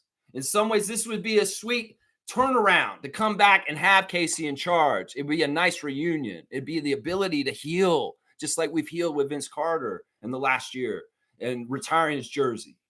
So anybody who thinks that getting Casey to be our team president, you're absolutely wrong if you think it's a bad thing. It's an amazingly good thing. And trust me, he's the best choice in some ways if it's not Bobby Webster. My ideal would be Bobby just takes the job. Dan Tolzman jumps up the GM and they hire an assistant GM under Dan and Bobby. But if they're really got to hire a team president over Bobby, it should be Dwayne Casey. Yep. And that's coming from a guy who's watched the Raptors since 1995. That's coming from a guy that has done a stream on this channel for freaking 4 years almost now. I'm paying attention. I am not stupid. And what anybody's saying about Dwayne Casey in a negative way about possibly being the team president of the Raptors, you're an idiot if you think this is bad for our team, because his track record is success. It's not failure. In some ways, he was a limited coach as a coach, yes. But as a front office executive and a scout, he's top notch. And this is what I'm saying. This is what I'm going to say right here. This is my whole stand on this. And this is why I'm saying all this, because I really too believe this. Yeah. Is this. Yeah. So Criscom, we can't rehire Masai. There's no way to rehire Masai. Ed Rogers hates him. It's a racial firing. It's not even anything that Masai did. He didn't do anything wrong. We love Masai. Fuck you, Ed Rogers III. Fuck you, Keith Pelley.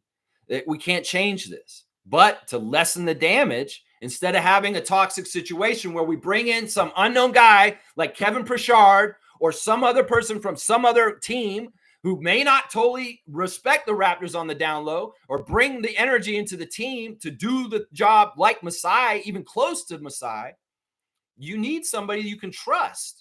And you need somebody who's loyal to our brand and our culture and even to Masai Ujiri on the down low in some ways to continue the ways of Masai. So yeah, Dwayne Casey's absolutely one of the best choices. And I'm happy the Raptors are looking at him. And if other people are upset about this, you're not paying attention correctly. He's fantastic choice. And if they hire Dwayne Casey tomorrow, I will be overjoyed. I will be overjoyed. And you're going to wonder, why is the Raptor Freak overjoyed about it? Because it's functional. It's healthy. It's non-toxic.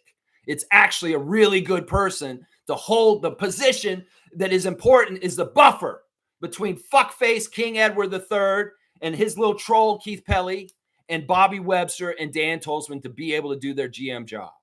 Because that's all that job is. In some ways, it's getting in between. And in some ways, it's just in case things happen. Well, there's different people that can be fired in different places if things do go wrong. And in some ways, that's what it is right there. So yeah, this is how I stand on it. And this is exactly the right opinion on this. Anybody who's saying just because it's a very shallow, casual take to diss Casey, because Casey's one of the most successful coaches in Raptors history. He's one of the most important people in our history on the down low. And people are not respecting that. Pound the rock, motherfuckers. And you will see what I'm talking about if we do hire him. I'm saying it right now. It's not about optics. It's not about how fans feel. Oh, he was a loser. We fired him when he was a coach of the year. No, it's about what's healthy for the team to be successful in the future and make the playoffs more often, to win another Larry O'Brien championship. We don't want some jabroni just coming in there, an outsider, and all of a sudden they're like a pawn for Keith Pelly and Ed Rogers from the top, and they are fucking with Bobby and telling Bobby what he should be doing. And there's a push-pull. And there's all kinds of conflict in our front office that had not been around in our front office since fucking Rob Babcock. So let me just say this right now. Dwayne Casey's absolutely a home run, best probable candidate other than Bobby Webster for the job. And that's just the damn truth. You guys can go and believe half-ass casual takes that Dwayne Casey's a loser and this would be suicide for our franchise. You're idiots if you think that. Because Casey built our team up to get that championship in the first place, you idiots. And if you can't see it, well, I don't know what else to tell you. I just told you the whole spiel of what you should be looking at about Dwayne Casey. A great man, a great Raptor coach. I actually rate him higher than Nick Nurse on the all-time coaches for the Raptors. Seriously. Even though Nick won the championship for us, he got it handed to him by Dwayne Casey. So that's just the damn truth right there. I'll lay it down real quick. Seymour saying, I knew he was a project. China always ahead of the game. Yeah. They were doing weird shit like stretching his legs when he was a little kid to try and make him 7'4".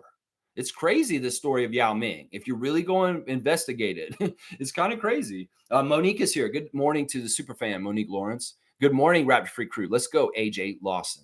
She's happy because she's seeing the signs. If Colin Castleton's waived, AJ Lawson has a much clearer path to being on the Raptors roster this year. And I love it. That's right. Seymour saying, Draymond asked KD why he ain't got no kids. Awkward. Well, some people just choose not to. Some people will assume if people don't have kids, they're not able to. Well, that's not always true. It may be that they just were very smart about their family planning and they weren't irresponsible and just got a lot of random women pregnant and have a lot of baby mamas and kids that they don't take care of. Talking about somebody who used to frequent this channel that is banned from this channel for very good reason. Yeah, some people are responsible and they put a cap on it and they don't want that burden. That's this guy right here. In some ways, I didn't ever want that responsibility of a kid in the wrong way where I wasn't ready for it. So I didn't have any children, but I can have children. Yeah. I've had somebody got him pregnant, but they had an abortion and they did not have the kid. So it's like everybody's life choices with whether they're having children or not, that's up to them and that's their own private business. And Kevin Garnett, in some ways, because he doesn't have kids. I mean, Kevin Durant don't have kids either, does he? I don't think Kevin Durant. Are you saying Kevin Durant or Kevin Garnett? I'm not even sure. You may have miswrote who you meant there. You may have meant Kevin Durant. So, yeah, I'm not even sure. Oh, yeah, you did mean Kevin Durant, actually. Yeah. You know what? Kevin's just in some ways, he's an older guy. He's like, in some ways, he's maybe not wanting to go into that kind of responsibility in his life. In some ways, it may be slowing him down. And he didn't want to have kids. That's it. Let's see. Smooth saying Yao Ming was a product of an experiment. Wow. Yeah. This is documented. Both his parents were not actually a pair together naturally. The government bonded them in a matrimony for the government's experiment and said, yeah, Yao's dad, Yao's mom, make a baby and make a baby that's supposedly hopefully very big. Yeah, because both of them were very tall, very, very tall. They were two of the tallest people in China. Yeah, most people don't really know that. I don't know if that's scary stuff. It's just weird genetic bullshit, eugenics and weird shit like that. That's, eugenics can be very scary. Yeah, for sure. Kaloy's here. Good to see Kaloy. Morning, Lex and RaptorsFreak family. Good morning to you, Kaloy. Good to see you. Seymour saying no fence or no sense. No fence or no sense. Okay. Seymour saying big up Carlo JS. Yeah. Seymour, what up? Kareem saying the Slim Reaper and the weed connoisseur would have a crazy baby. Brittany Griner needs to think about this. Yeah, I think she's already got a kid, like her and her partner, who was a former teammate on the Mercury with her, is her partner.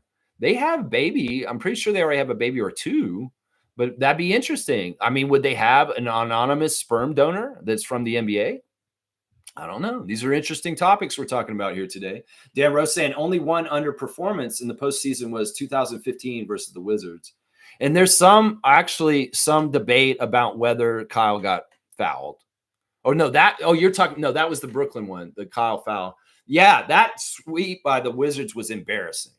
And that was kind of like the letdown after the first initial playoff run where they did pretty good against the Nets the year before. And then they played the Wizards and they got bounced right away by them. That was embarrassing and that was tough. But that's the non-linear growth of a team trying to get up and down in the NBA hierarchy. And we had a couple steps back that year when we lost to the Wizards, and that series was so disappointing. That was sad because that year we had a really good regular season and then we just crapped out in the first round to the Wizards. And that was embarrassing. Yeah. But once again, this was in like the first couple years of Casey's career. And honestly, like he has the most playoff wins in Raptors history, I think. Doesn't he still? Even though that, yeah. Let's see. Chriscom saying, okay, hang on. Dan saying Casey is a fantastic basketball mind. Chriscom saying, this is why I like your channel. It's okay to disagree. You reminded me why DC was solid, but I'm still not down to rehire him after firing him. Masai been fired, DC been fired. Let's get Masai. I mean, like I said, Chris, I wish we hadn't even messed with Masai. In some ways, it's a lot like how Knicks fans feel about Tom Thibodeau. It's like, why did we even fire Tom? We shouldn't have. Yeah, we shouldn't have fired Masai. But that's totally personal. It's totally a grudge by the owner of the Raptors, MLSE's new owner, Ed Rogers III. He took power this halfway through the summer, and the first thing he wanted to do was get rid of Masai, the guy he never liked. He told him that years ago, and he wanted to get rid of him as soon as he could. And he could have waited till his career was his contract was up next year, but no.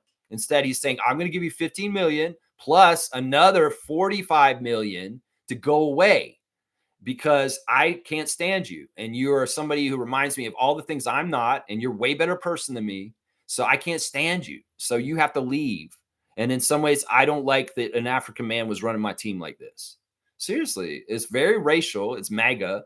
It's anti-DEI. It's anti-woke. It's part of the reason why Masai got fired, guys. Let's just fucking cut through the bullshit and say exactly why. It wasn't anything he did for the job. It wasn't how he performed. It wasn't anything he was doing. It was purely hatred from the new owner, Ed Rogers III. So there's no way we rehire Masai, Chriscom.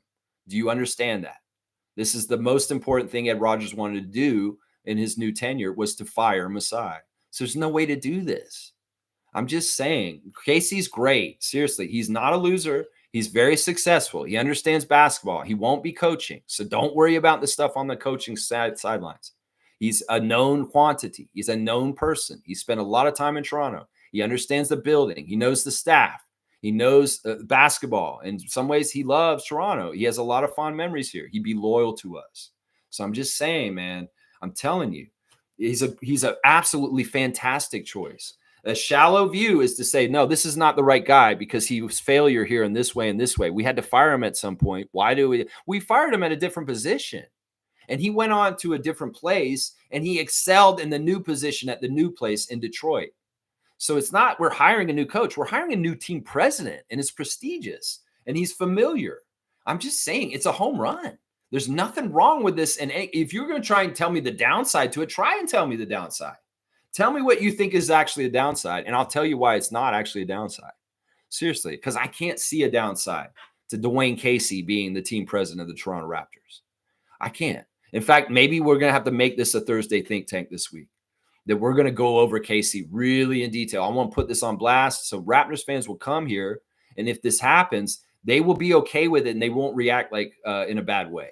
Seriously, because it's a fantastic basketball mind, like Dan Rose saying. He really knows his stuff, and he's absolutely going to be great if we do this. Seriously. Seymour saying, if we want to be a defensive battleship, Dwayne Casey is the right way to go. One of the best brains this organization has ever had next to Masai and Bobby. Not just a great brain, just a quality, badass person. You know, a lot of people think they know who Casey is because they kind of look at him and they see him stern and kind of talking, and people like the guy in Reddit described him as grumpy and surly.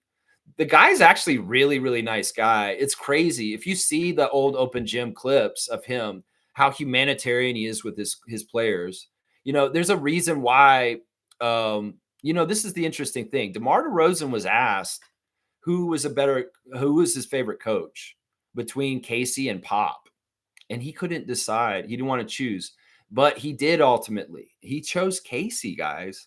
Casey's more important to him than Popovich. And we know how important Greg Popovich is to DeMar DeRozan, who was there for him. But he gives so much credit to Dwayne Casey because he said, if I didn't have Dwayne Casey, I would not be the player I am. I wouldn't have done the longevity. I wouldn't have learned the way I should have to do it right in the NBA, to do it the way I have in DeRozan code. So that says a lot right there. That DeMar DeRozan said the most important coach in his career has been Dwayne Casey. And he gives him more credit for things than Greg Popovich. And Greg Popovich is somebody who bent over backwards for DeMar when his father was dying and allowed him to see his dad as much as possible. He has all the reason in the world to say Greg Popovich is a more important coach. But he also understands Popovich wouldn't be mad at him if he said Casey. He understood that too. He said, I know Coach Pop won't be mad if I say Case. Case is the most important coach in my career. That's what DeMar said. And DeMar's a GOAT. I'm just saying right there. Kareem saying Dwayne Casey taking Bobby Webster's position and Webster taking Masai's position and what's the Raptors need. Yeah, I don't see. And in some ways, look, this is the thing. Now, Casey's official position with Detroit is weird. It's not exactly president. It's not anything like that. In fact, he kind of seemed like a glorified scout in some ways around them because he's not. The president was Troy Weaver, who got fired. And I don't know where I think he went off to somewhere else at this point. I'm not totally sure who's in charge as the GM exactly, but in some ways you could maybe do this, but I don't know if it's the right move. I think that it could go either way. Like if Bobby Webster is going to be the team president and all of a sudden Dwayne Casey's the GM, that would be kind of weird. I think that it would be better with Casey above Bobby, partly because of their ages. Let's just put it that way. Bobby Webster's a very young man. He's a very, very astute young executive in the NBA's history. And like he became the GM of the Raptors at a very young age. Like a lot of the young GMs are cropping up, people like Sam Presti and stuff like that. So I think because of Casey's age, in some ways, seniority does matter in this case. And there's ability for Bobby Webster to grow into being the president eventually after, you know, does that make sense? I don't know. I think that Casey's fantastic. And if they're not going to just give Bobby the job, Casey's my second choice. He really, really is. And more than Mark Eversley. Mark Eversley may be more palatable to some Raptors fans than Dwayne Casey just because he doesn't have the same kind of stuff in the history with the Raptors. He does have a history with the Raptors. He was assistant GM under Brian Colangelo way back. He's been an important part of our history too, but he's not as successful as Casey. Chicago's been a mess in the last couple of years. So it's like if you're looking at success of the franchises where these two candidates are coming from, Casey wins. Because the Pistons are more playoff ready than the Bulls are right now. So I'm looking at this without any kind of basically wipe your whole brain of the history of Dwayne Casey with the Raptors as a coach and just look at it from the outside and forget he even coached us. You could look at his Raptors coaching career, but act like it's not with us. Just it's what he did. Just look at his executive career. Look at the stuff he's done in Detroit. And look at the stuff he did before in Dallas as an assistant coach. And yeah, look at the stuff he did as the coach of the Raptors too. That's the stuff you want to look at right there. That's the stuff right there. That's right. Dan Rose saying his defensive scheme with the Mavs stymied LeBron. Yeah, but he couldn't do it with our personnel. And once again, guys, there's a lot of people that get labeled as being washed or not very good simply because of the LeBron effect for the 2010s. He absolutely made everybody a failure in the Eastern Conference for a good chunk of years.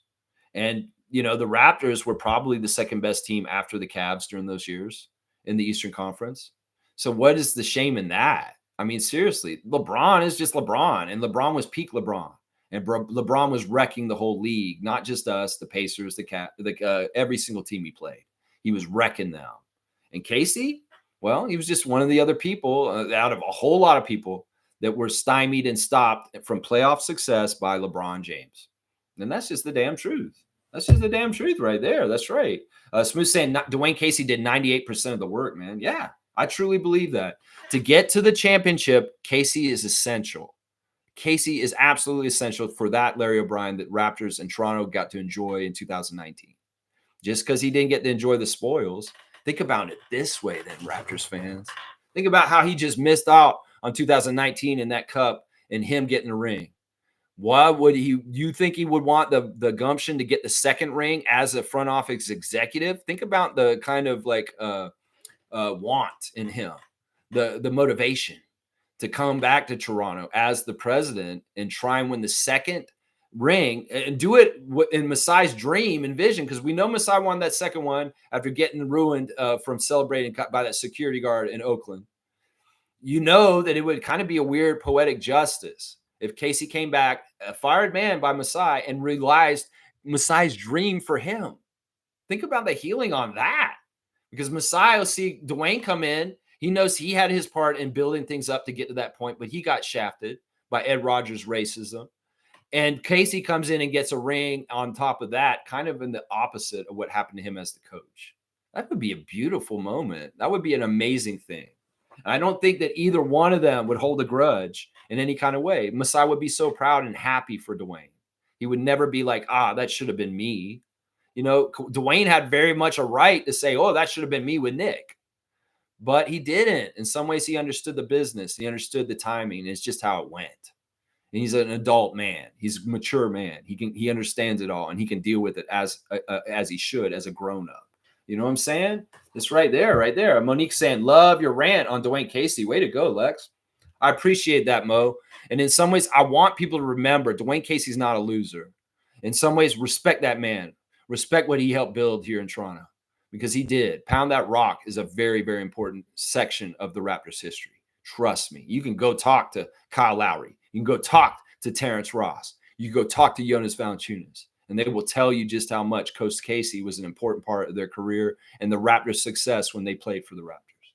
So it's just it right there. Seymour's saying if they hire a white, hang on. Let's see what Seymour's saying here. If they hire a white person or a Mexican or East Indian, it means nothing to me. I want the best person for the job, man or woman, black or white, thick or thin. Let's just win.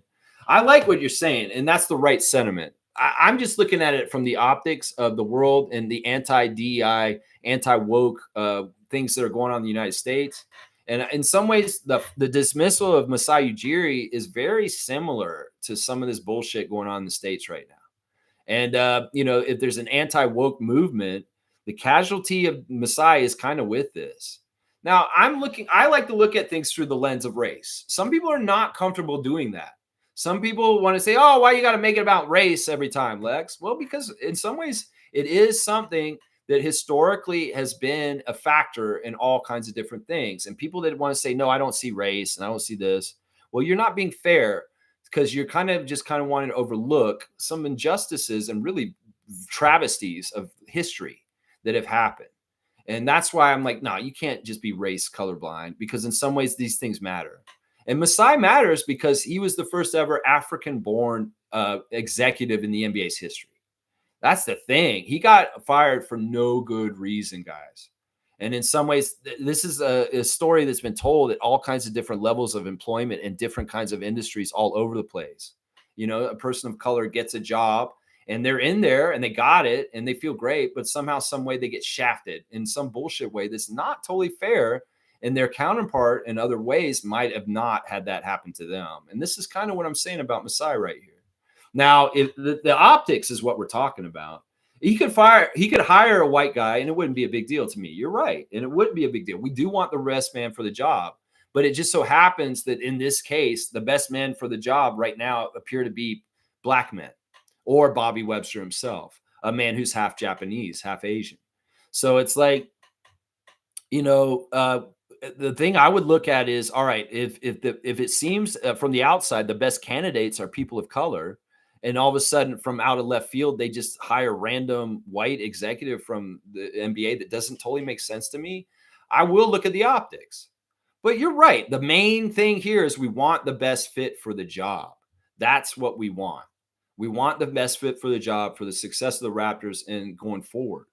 That's what matters the most. But this is the thing. This has nothing to do with DI. This has nothing to do with race to a degree. This has to do with who's the best person. And in my eyes, the best person for the job is Bobby Webster, followed by Dwayne Casey. Now, these people just both happen to be people of color. And you know what? I don't see a white candidate that's better. I mean, Dan Tolzman maybe, but why would Dan Tolzman go above Bobby Webster at this point? I mean, the guy from Indiana, Kevin Pritchard, he's under contract with the Pacers, and it's not going to be him leaving. I mean, some people are saying that that's who Keith Pelley and Ed Rogers really want, is the president of the Pacers. They want to steal him from there. But getting that to happen for them is probably a pipe dream, and it probably is not going to happen. So it's like, I don't know. Let's just see how it all goes down. Optics do matter. And in some ways, our fan base is very, very left-wing minded. And in some ways, these kind of things matter to us. Diversity and inclusion does matter to Raptors fan base. So, firing Masai in the first place, we all hate that. If they're going to try and replace him, well, let's just see what they do. Let's see what they do right there. I agree with you, though. I want the best person for the job, regardless of man, woman, whatever. That's right. That's right. Great trivia, by the way. Thank you, Mo. Yeah, Anthony Parker, you knew what was coming, Mo. I told you that. I was like, we're going to have to do an Anthony Parker classic Jurassic, since we saw him at the Summer League do the interview during our Summer League game against the Magic. Yeah. We are one. We are the North. That's right. I like that attitude, and I'm with you on that. I don't use race to divide. Some people say when I talk about race, you're dividing us. No, if you have a sensitive subject like this, and some people get a little hurt, like, because I want to point out race issues, well, maybe that's something with some people. They're like, maybe they have some things they got to work through with themselves. Because honestly, any topic should be able to be talked about in a mature way.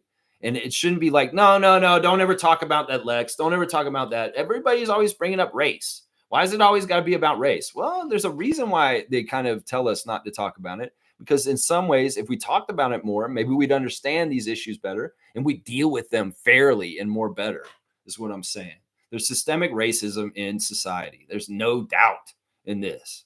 And part of the way it keeps going is that they tell you not to talk about race issues. Oh, don't talk about that, Lex. Don't talk about that poor community in Memphis that's getting all their air polluted by Elon's AI factory. Don't talk about that. Oh, it's just a disproportionate amount of people that live in that area are black, and that they're going to have horrible breathing problems and asthma and all kinds of health issues because this unregulated AI factory and outside of Memphis, Tennessee is polluting that entire neighborhood. And they just happen to position it in a neighborhood that is predominantly African-American. No, seriously, we need to talk about these things because they're systemic and they don't get any better if we don't shine a light on them. I'm not trying to attack anybody. And I understand. I want everybody is together, but we can't be together unless we're equal, is what I'm saying. And that's what's important right there. Yeah, let's keep going. Let's see. Trevor's saying Casey made all those players the Raptors championship, from Fred VanVleet, Pascal, Yak, Larry, DeRozan, Norman, all the handprints develop all those guys. I agree with what Trevor's saying here. Nick Nurse did not build Fred VanVleet. No, he didn't. He didn't build Pascal either. He came in and got them when they're ready to already help them win a championship. Fred VanVleet, Jakob Poeltl, DeLon Wright, Norman Powell, those guys were all developed by Casey. The bench mob was under Casey. I need to remind Raptors fans this, that he developed those guys to be that unit. And he was the one who was switching the bench mob in and out for Kyle and DeMar and Jonas and Terrence Ross and Amir Johnson. It wasn't Nick Nurse. The bench mob was under Casey. And if I need to remind people that, That's the thing. We know Nick Nurse was horrible at developing young talent. We stagnated with it after the championship. Everybody said we didn't do anything with our team after the championship. It's because Nick Nurse was horrible at developing young players to make them better, Malachi Flynn. And everybody blamed Masai and said, he's been washed since the championship. No, on the down low, the big problem was Nick Nurse was horrible at getting our young players as good as Casey was. Casey got our young players up. That's what I'm saying. You got to give the proper credit in certain areas for Raptors history and their accolades. And Nick Nurse, sure, he's a championship coach, but man, oh man, just like Smooth said earlier, 98% of that work was done by Casey building up in the years ahead of that. That's what I'm saying right there. Stargate saying, I think Dwayne is waiting for that Seattle team to come to fruition. He wants to be that team's president. That may be very likely. That sounds very true because he has strong connections to the Seattle Supersonics as a player. That's who Dwayne played a lot of his career with, was Seattle. And, he probably would want to do that. But you know what? It's not like he wouldn't want to do our job either. I bet you money he would. In fact, there was a point last year where Casey was around our team like a little bit extra than I thought he would be. I was like, what's going on with Casey? Why is he up here in Toronto so much? He's scouting us for the Pistons, I know. But also he's doing interviews with Sportsnet. He's doing the Raptors Delight, the dark side of the Raptors bullshit that Sportsnet did last year, doing the interviews with our alumni, talking about the 30th anniversary of the Raptors and his history and the part of it. He's not salty. He comes in and he does our shows and he talks about coaching us in a very mature, grown-up way because he's not holding a grudge, y'all. Well, why was he around the team so much? I even got the feeling in the streams earlier this year where Casey was around our team. And I said, is Casey angling for a job with the Raptors? I got that feeling from him then. So imagine this. Masai's out all of a sudden, and we're looking for a new team president. Hell yeah, Dwayne Casey would say yes to that job. And the fact that shows that he's interested in it, he's come and done the interview process and interviewed already.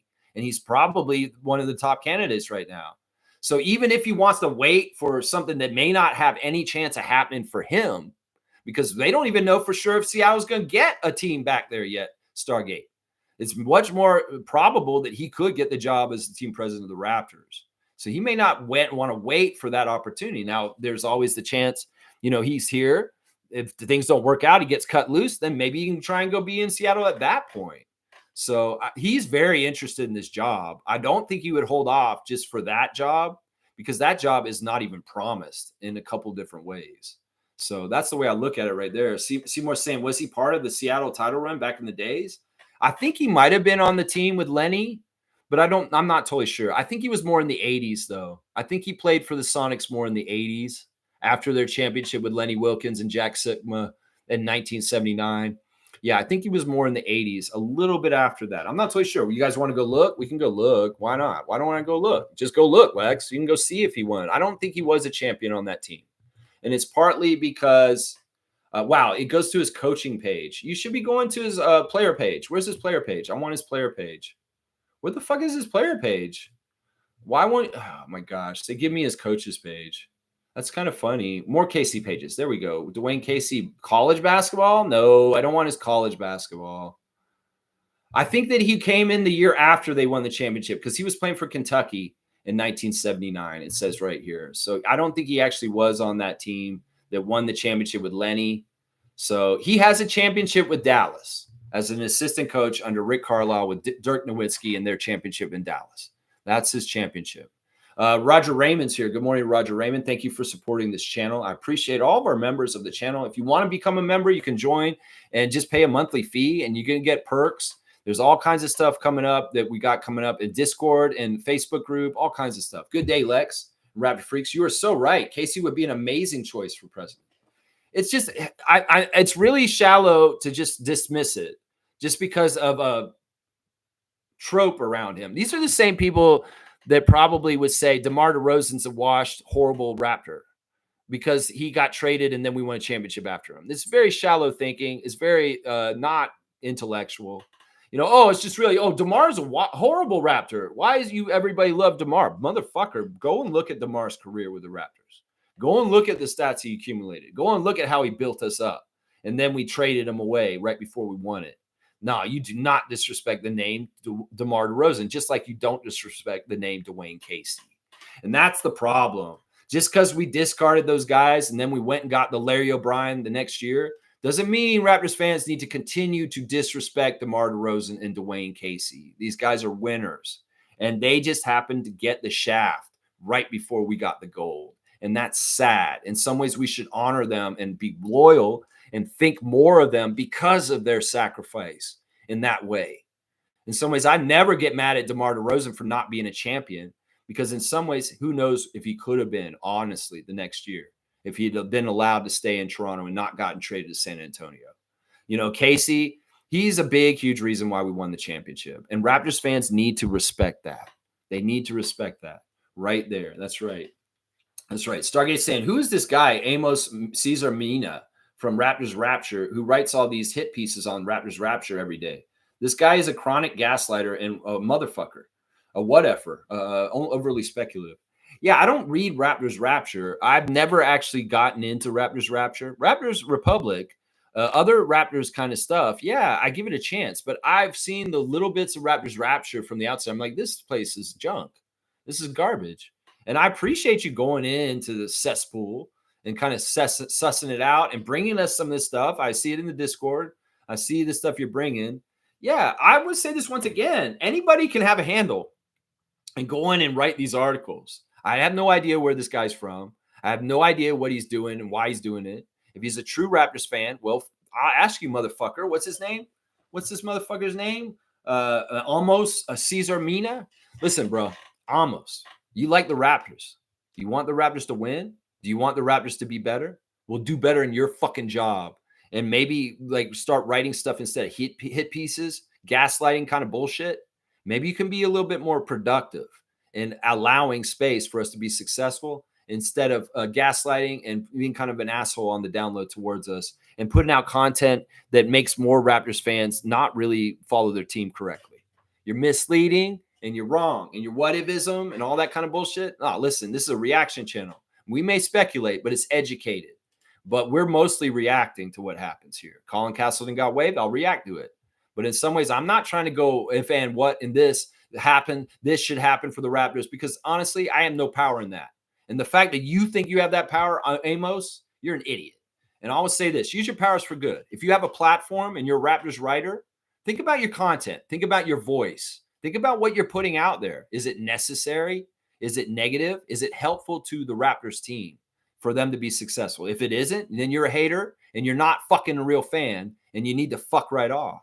If you're masquerading as a Raptors Nation person and you're not, and you're a hater and you want to do this, well, I'm going to call you that. That's what you are. It's in what you say and your actions almost. You want to be a respected fan of the Raptors or a journalist of the Raptors? Well, people like us are real fans, passionate fans, loyal fans, people that don't fucking shit on their team in articles in a masked way.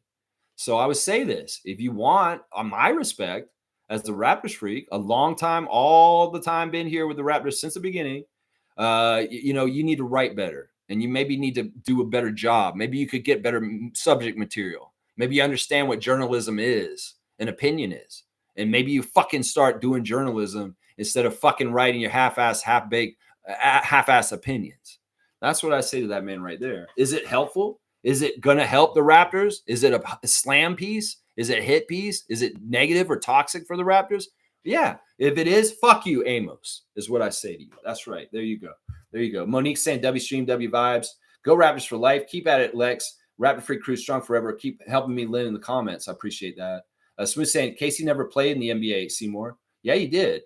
He did, didn't he? Dwayne Casey played in the NBA. I'm pretty positive, guys. I'm pretty positive. I remember seeing a card for him. But maybe you're right. Holy crap. I don't know why I didn't believe that he was in the career. Like, let me go look. His Wikipedia will tell me. I swear I've seen him in a jersey for the Sonics. But maybe he didn't, man. That's crazy. You know what? You're right, man. Holy crap. Casey never actually played in the NBA. He was undrafted in the NBA. And it doesn't have anything for him playing in the NBA. No wonder he doesn't have a player page on Basketball Reference. Wow. Okay. He went straight from playing for Kentucky to being an assistant coach for Kentucky. So he went right into the coach's route, and he never actually played in the NBA as a player. I never realized that. Really didn't never realize that. Wow. Interesting. It also says here he's worked several odd jobs, including being a coal miner and a tobacco farmer. I always thought there's a picture of Casey wearing a Sonics jersey playing when he's younger. I guess not. Wow. Smooth Brown Man. Big points for this. More fact checking. I had no idea. Why did I think I seen a Dwayne Casey in an old Seattle Sonics jersey picture? I never seen that. Wow. Smooth. You're getting a dunk for another fact check. Crazy. Wow. 157 for Smooth Brown Man, our current Raptor Freak trivia champion. Wow. Smooth saying he was an assistant with the Sonics and Timberwolves, later coached them for half season, moved to the Mavericks and won the title with them. There you go. Boom goes the dynamite. Kareem saying this. I'm 41 with a son who's 20 and a daughter who's turning 20 in October, Irish twins. And me and my wife are looking to have another. We got a baby fever, but if Brittany Griner wants a baby, I'll be up to it. It's like he's telling his family history, and I'm like, okay, he's being serious. And then, like, by the end, it's not serious. You want to help Brittany out? How's your wife feel about that, man? Fiercely saying, hey, fam, I'm back. Who crushed it at trivia? I feel like Seymour did really well. Stargate picked it up near the end. Isaac wasn't bad, too. It was really kind of Isaac and Stargate and Seymour that did the best on trivia today. I would say that those three were our best. I'll do the totals and I'll put it up afterwards, of course. Kareem saying if Masai made the trade earlier to have Kawhi on the Raptors, we would have had back-to-back championships banners hanging in the Raptors. Timing is everything. That's a what if. It's kind of stupid. We can't do that. We can't go back in time and would have made the trade earlier. I don't know if that trade could have happened earlier. It has to do with the falling out between the Spurs and the Kawhi and their desperation in that moment. The Spurs did not want to trade Kawhi, and they really tried really hard to not have to. But when it got to that point of no return, that's the only time it could be done. So you can't say that we should have traded him for him the year before because that fruit wasn't ripe on the tree. Let's just put it that way. We had to pick that fruit when it was ripe. That's what it was. Kareem saying the problem with Masai firing is there was no real reason, so we got to speculate. There is not a speculation. We know the reason. They won't say it publicly. They're going to say it's a time for a change is what the reason they said. It's just time for a change is what the official reason was. Michael Grange is saying it's very well known the reason why Masai Ujiri was let go by the Raptors recently. Okay, yeah, he's just saying read between the lines. Whatever y'all are thinking is the reason. That's exactly it. And it's the reason I told you. It's basically that Ed Rogers hates him. That's it. That's purely it. It's on the record. He said a long time ago, oh, I can't stand how much you get paid. You're way overpaid, and I don't like it. You know, you can read into it all you want. I mean, there's pictures of Ed Rogers III with his family in Mar-a-Lago standing next to Donald Trump. You can read into it all you want. You can go a couple steps further if you want. It's easy to do that, honestly, especially when racism's so on parade these days in this world right now by right wing. I mean, seriously, it's like you can read into it what you want. The real reason, why do you need the reason? You need to speculate? No, you can figure it out. Fiercely saying Darko is now our equivalent of Casey. That's right. And in a lot of ways, they're similar. They're great development coaches. They're great people persons. Like they are very caring coaches. Casey was a lot more caring towards his players than people realize. He really, really was. In between Nick Nurse and Sam Mitchell, Dwayne Casey was way more like Darko. I'm going to say that right now. Sam Mitchell was not nice with the players. And Nick Nurse was not either, honestly. In the end, showed it. The way that they were so disconnected, everybody. Dwayne Casey's more of a people person than those two guys. And he was more liked by his players than those two guys also. Sam Mitchell and Nick Nurse weren't necessarily popular with their players. Let's just put it that way. Darko and Dwayne, very popular with their players. Let's just put it that way. Wayne's saying, don't care about the haters. We're manifesting Dwayne Casey into our front office. That's right. Get him in there, and then we'll teach them and tell them why it's a great idea. If they're whining and crying, acting like when Damon Stoudemire got drafted instead of Ed O'Bannon, if they're doing that kind of action, oh, Scotty Barnes, not Jalen Suggs. Oh, remember, this is once again when y'all are wrong. if you're going to moan and cry when the announcement, possibly, hopefully, that Dwayne Casey's the new president of the Raptors. You whine and cry about that. It'll be just like when you whine and cry about Jalen Suggs or Ed O'Bannon. I'm going to say that shit right now. Usually said, hit the like button, fam. Yeah, I appreciate that. Cream saying, last night I was taking a shower and realized I literally fuck with you people for almost 4 years. We can literally create a cult in a remote area and I'd be 100% okay with it. Well, why do you think I'm out here? No, I'm just kidding, Cream. No, I really do appreciate the RFF because honestly, guys, like I said, y'all are some of my closest friends right now. And even though we don't see each other in person every day, we do see each other every day often. And that's through this show. And I really do feel like some of you guys, I really do know y'all's personalities way better than some of the people that I see every day around the city or the town and stuff like that. And I appreciate you guys so much. I mean, this is what I wanted. I wanted a community of like-minded Raptors fans that really just want to root for the team and just have a good time. And I feel like we've been doing that goal and excelling at it. And it really is a two-way street that I can't do it without all y'all. And you guys are awesome. Yeah, almost 4 years. It'll be 4 years in September since I started this channel and we started doing this goofy stuff on here every day. That's right. Seymour saying facts. I love it. I love it. You guys are awesome. And I get sentimental about this. I do. Because honestly, man, I feel like the thing that I wanted to do when I set it out doing this is exactly how it's happening. And I can't be more overjoyed about it. It's to make good friends, Raptors friends all over the world, honestly. We've made friends in states, Canada, all over Canada, and other countries and continents too. We've had different people watching. All right, let's get through the tabs. I am over 2 hours, and we'll go ahead and wrap it up, and we'll get ready for Wow Wednesday tomorrow. After the first night of WNBA action for this week, I've got a lead over Trucker Kaz right now, about a 30-point lead. It looks like Kareem's beating Edmond. Fiercey's beating James. JP's beating MK. And Cool Cat's got a good lead on Logical Raptors Fanatic this week also. The WNBA referees for the games tonight. Golden State at Atlanta. Amy Bonner is the crew chief with Gina Cross and Jeffrey Smith. Chicago Sky at Washington Mystics. Maj Forsberg will be leading that ref crew with Marcy Williams and Kelly Broomfield. And the Vegas against Los Angeles, Eric Bruton with Tim Green and Agan Abazi. That is our ref crews for tonight. Let's see. Did I even do the Instagram stories already? Did I do them, guys? I'm trying to figure out if I did them or not. Maybe I didn't do them. There's Eugenio Maroy. He's in Greece still. There's Manuel Quickly. He's lifting very, very heavy weights, guys. He's also got his basketball camp coming up very soon, August 11th at John Carroll School in Maryland. That's where Emmanuel's camp is going to be. Man, that weight looks so heavy that Emmanuel's lifting right there. Holy crap. That looks crazy. Everything you do to the Lord, trust him and he will help you. I love that. I love that. That's on the day after Colin Castleton got waived. Toronto Tempo Fan Club is getting put up right here. Join the official Toronto Tempo Fan Club. Swipe right. Go to Tempo's Instagram to get access to join the official Toronto Tempo Fan Club, guys. I think I better be going there afterwards. And let's see what it's included.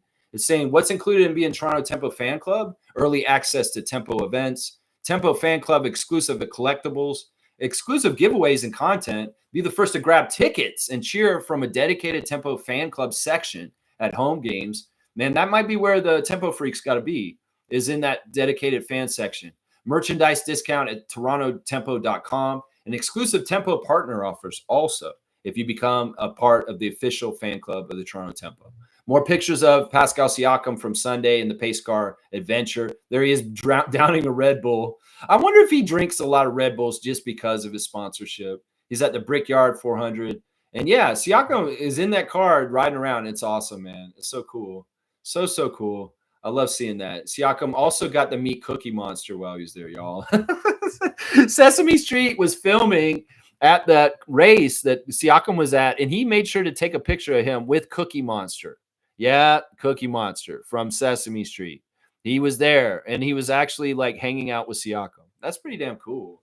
It's like Siakam knows Cookie Monster, y'all. That's pretty cool, man. Coach Andrew Jones got Ava B hooping, and I swear she's getting taller and taller. She has a crazy driving shot. She's going to be so good, man. I'm telling you right now, I know my talent, and Ava be hooping in the WNBA eventually. I'm saying it right now. She's going to be hooping in the WNBA. Camp 905 is August the 18th to the 22nd, 9 a.m. to 3 p.m. If you have a child and you can make that happen. The price is $300 plus tax. It's at Humber College Athletic Building, 205 Humber College Boulevard in Etobicoke. Register now if you want your child to go to Camp 905. That's right. It is for children. It is not for adults. So unfortunately. All right, let me see. There's some more Instagram stories. I didn't do these set up exactly right. Let me make sure I get to, or maybe I should just stop there. I don't know. Who did I miss that is important that I'd like to talk about? Let's do Slim Duck. Slim Duck, Chris Boucher has got, this is crazy. He's got all kinds of crazy, just viral clips and weird stuff. There he is working out, and he's just trying to believe in God and his path and what's going to happen. There he is with a nice reverse jam as a badass dunk. He's wearing the Raptors shirt still, guys. Like I said, sometimes that's the best indicator where a player's head is he still wearing his team's jersey or shirt? And I guess until he's not a Raptor anymore, he's going to be wearing that Raptors gear. Hopefully, he will still be wearing it when the season starts. We'll just have to see. Nothing's guaranteed. Kelly Olynyk showing some highlights from his career where he's jamming it on the Miami Heat. Also, Kelly Olynyk is putting in that work with some of his friends in the weight room. And he's also putting on blast his wife, who's pregnant, very much showing at this point. And it was her birthday. It was his partner's birthday yesterday, and she's very glowing with baby. And baby will be coming. Baby Olynyk is on its way. Let's just put it that way. Mamu came to Toronto, and he's got the Raptors sweatshirt on, and he's with Nav Bhatia, welcoming Sandro Mamu. Probably gave him a car. So he probably was like, come on in, Sandro. You get a Hyundai. Come on in. Come get the car. And he's like, probably Sandro's like, thank you, Nav. Thank you. That's just a rite of passage. You're a new Raptor. You got to go see Nav. Nav's got to hook you up. Nav's got to tell you, what do you need? Do you need anything? I'll get it for you. And he's like, yeah, I don't know. Restaurants are, or something like that. Maybe it was Sandro Mamu who's asking him. So, yeah, great to welcome Sandro to Toronto and looking forward to watching him play with the Raptors jersey on. That's right. Let's go. And Sandro appreciates Nav's support, which is awesome. Nav Bhatia is an amazing super fan for the Raptors. We love him so much. Thank you, Nav, for Raptorizing your day with Sandro. Also, Sandro went to the National Bank Open. He was actually at a tennis match last night. Jamal Shed is working out. Once again, this man's never taken time off. He does look very muscular. A lot of the workouts Jamal Shed's done this summer have had to do with balance and doing things on one foot, balancing and stuff. So he's doing a lot of work with his legs and his balance and his leg strength. And I love it. And there's some footage of him in a pickup game, just laying up the ball on somebody. Good stuff. And there's a picture of him. He's reposted. Colin Murray Boyles has a post of him with Chucky Hepner. And I love Chucky Hepburn. I love seeing the young Raptors bonding, especially with Murray Boyles in the fold. He seems to be taken with our players from last year very, very well. Jacoby Walter also reposting Colin Murray Boyles' post also with a picture of him and Jamison Battle and CMB also. There's Nav with Sandro on his Instagram. There's Colin Murray Boyles putting the Raptors on blast. With his post also. Elijah Martin is missing Greg Glenn III, who passed away, unfortunately. He's put in memory of him. Let's see. Savannah Hamilton is back with the Cinderella Stories podcast with Ashley Docking. So go and check that out. Serge Ibaka is eating dinner with Tiffany Haddish. We know that he's friends with Tiffany, and he spends a lot of time with her from time to time. So he's out for dinner with Tiffany Haddish. That's what's going on there. Young Oshai Baji is at his kids camp, and he's got the kids and the campers out there, and he's teaching them the fundamentals. They're doing all kinds of drills in Utah with Oshai Baji's summer camp.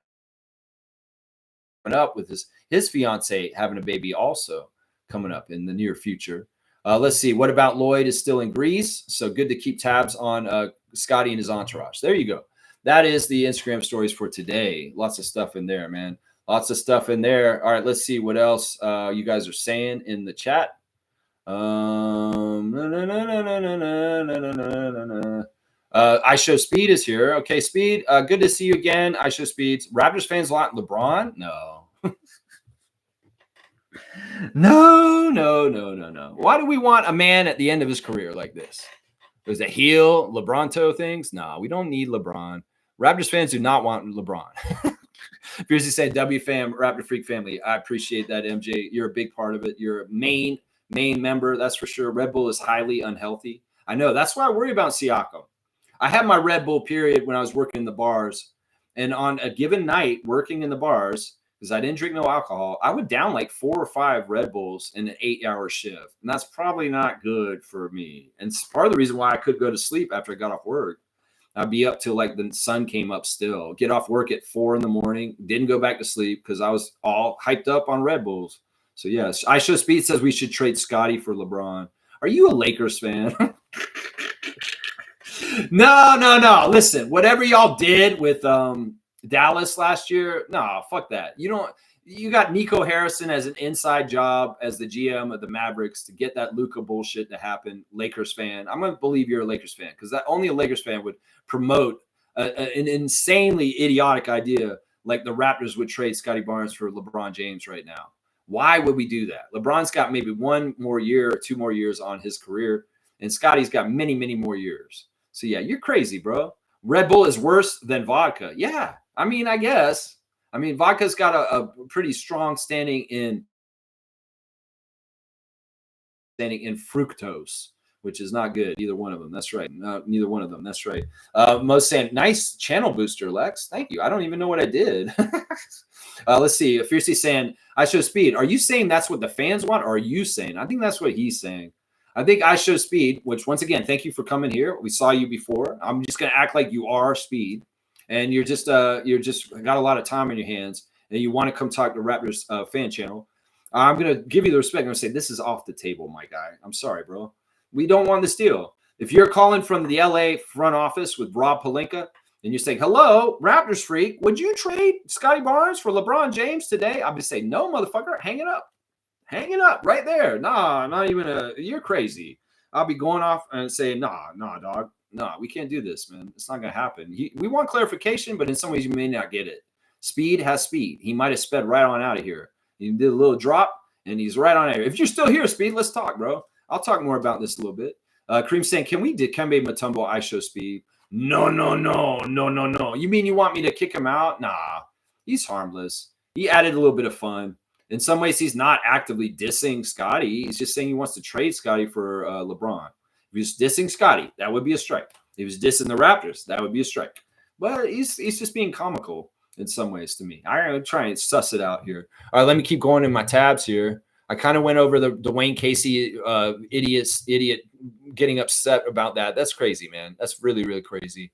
Let's see. What else is in here? Yeah, okay. I read it. You're kind of a waste of time at this point. I'll go somewhere else. Happy birthday to a couple of Raptors alumni. Tony Brown. Happy birthday to you, sir. I believe Tony is 65, guys. Isn't that crazy? I think he's like a coach, assistant coach, or maybe he played. I'm not totally sure. This person's probably passed on. Bob Kloppenberg, former Raptor assistant coach. Bob Kloppenberg. He would be 98 today if he's still alive. I'm not totally sure if he's still alive. Maybe I should go look that up, man. It's like you're doing these birthdays. You better make sure these people are still around, bro. Seriously. All right, let's see. Bob Kloppenberg. Yeah, he died last year, guys, actually, at the age of 96. Yeah, that's sad. But it's saying his birthday was yesterday. What the hell? Why is this like all over the place? July 28th. So let me move that over and fix that. I don't like that. I'm trying to make this a factual state channel, and like it's somehow I had that wrong. So happy belated birthday to Bob Kloppenberg, former Raptors assistant coach. Yeah, that's weird, man. Let me go check Tony Brown then too. Actually, he's gonna be really hard to check. His name is very common. Let's just put it that way. Let me see if I can find Tony Brown. Is this the Tony Brown I want? Yeah, there he is, and his birthday is today. Tony Brown is 65 today. So happy birthday to Tony Brown.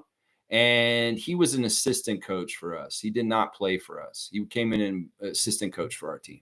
So yeah, there you go. There's the birthdays for today. All right, I guess we're on the classic card. Let's go to there. Let's see. Show Speed saying, cut some of those young guys loose for a veteran. You mean for LeBron? You want us to cut some of our young guns to get LeBron? Well, no.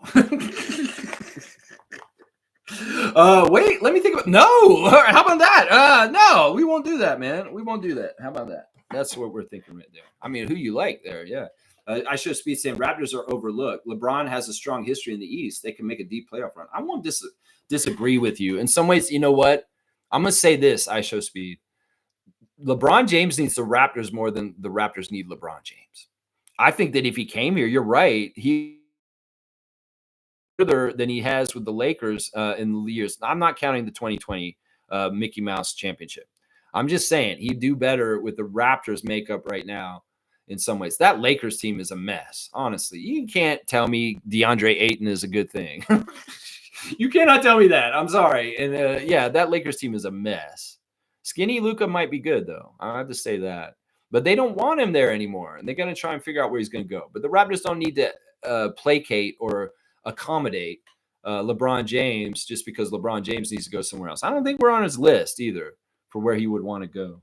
But I'm enjoying this dialogue a little bit. I really am. We're going to go in the playoffs anyway with Brandon Ingram, a guy who left after LeBron came there because he wanted Anthony Davis around. All right, here we go. Classic card of the day. Full name answer, please. This is a classic Sixer, and it's a classic Skybox card. This is circa 1990. So can you tell me what classic player this is? Full name answer, please. And you'll get the classic card points of the day. This is a little bit of a difficult card. We're just going to have to see if anybody knows their former NBA players, the history of the NBA. Maybe you even have the Skybox collection and you know the card because you just own the card because you have this collection. But yeah, who is it? Who is that player right there? The classic card of the day. Do you know this Philadelphia 76er from 1990? That is the year of the card. So yeah, I give you a little bit of clue. You want to see the back of the card? I'll even show you his face up close. Who is that? Who is this player? Do you guys know who this player is? If we get a couple guesses, I can give you a couple clues on their name. Because I know maybe if you guys aren't getting it, I will give you clues on what the name is from other kinds of things to get the clue. But yeah, full name answer. If you want the classic card of the day, the points are there for you to take. If you can tell me who this player is, even if you're not sure, you can go ahead and say, is this LeBron James? No, that is not LeBron James. Although, you know, that does that mean I shouldn't have said that? Look, this is the guy who's got this for it. All right, there's you go. Is that Ron Anderson? That's a fantastic guess. That is a fantastic guess, Smooth. He does look like Ron Anderson, and Ron Anderson would be around this period, but it is not Ron Anderson. It's not Ron Anderson. It's close. This guy's a little bit smaller than Ron as a player on the court, and he's a little bit older, honestly. This guy's pretty much near the end of his career in this picture. So in some ways, that should be a clue right there. Ron Anderson's a fantastic guess, though, man. I'm really hoping Smooth gets this card. Yeah, really, really hoping.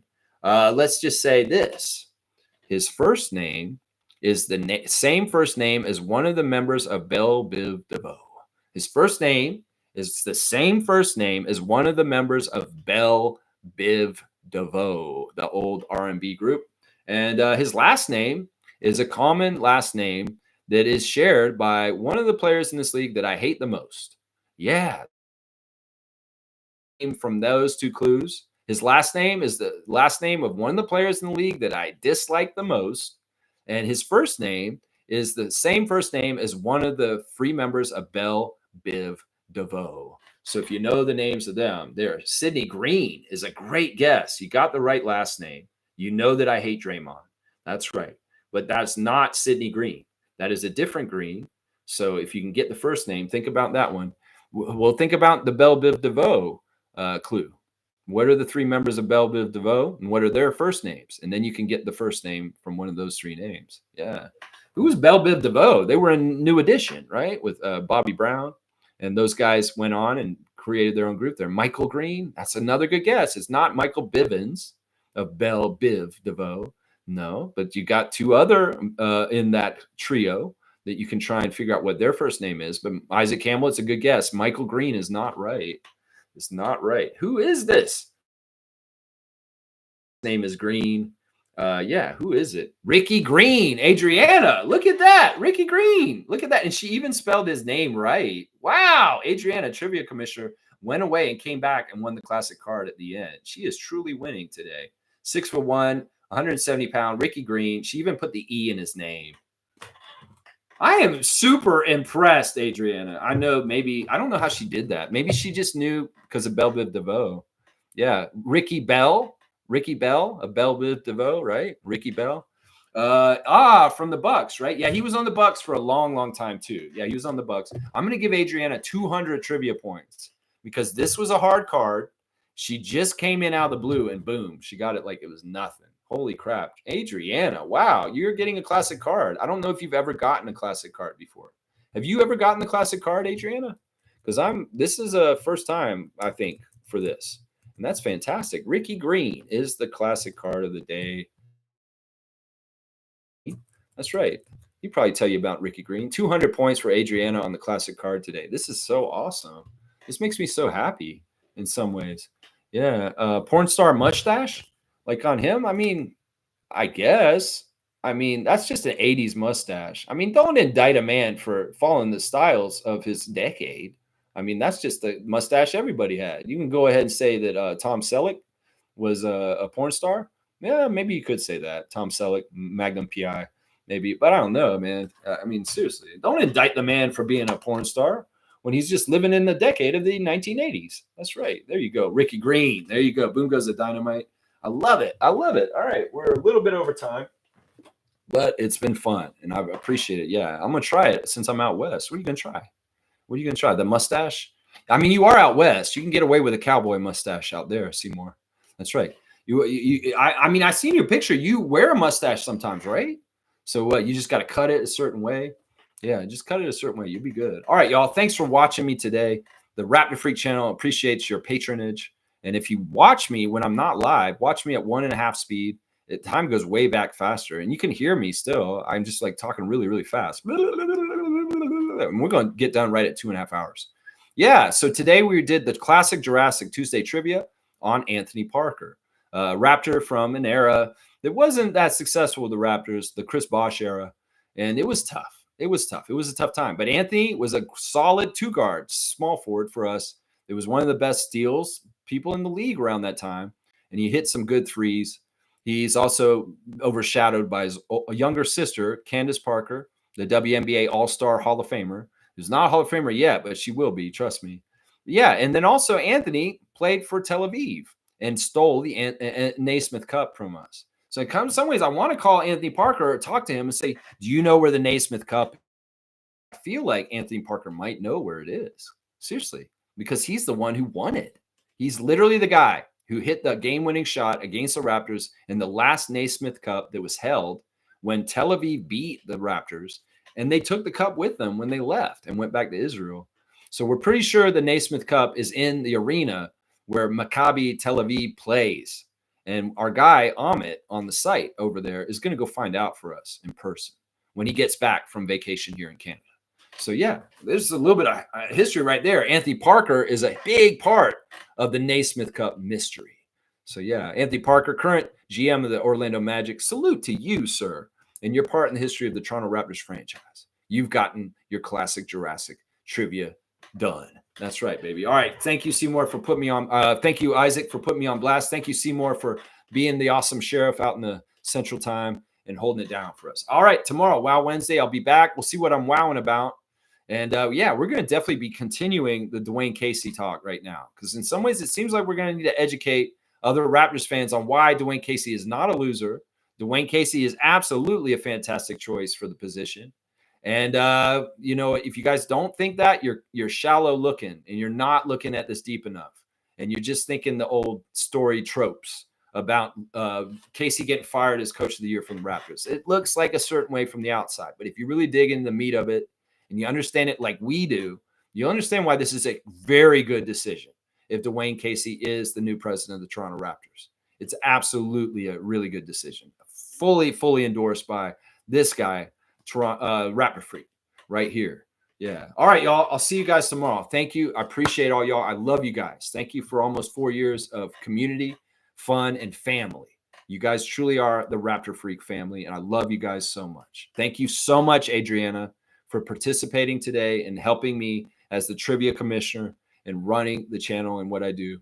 And Monique, thank you for being a producer and doing what you do. And thank you, Trevor, for doing what you do also as huge community support here. I appreciate you guys so much. All right, everybody, I'll see you guys tomorrow. Thanks. Have a great Tuesday, and I'll see you guys for Wow Wednesday, 9:30 a.m. You know I'm here every day. I'll be here for you guys. I love you guys. Let's go, Raptors.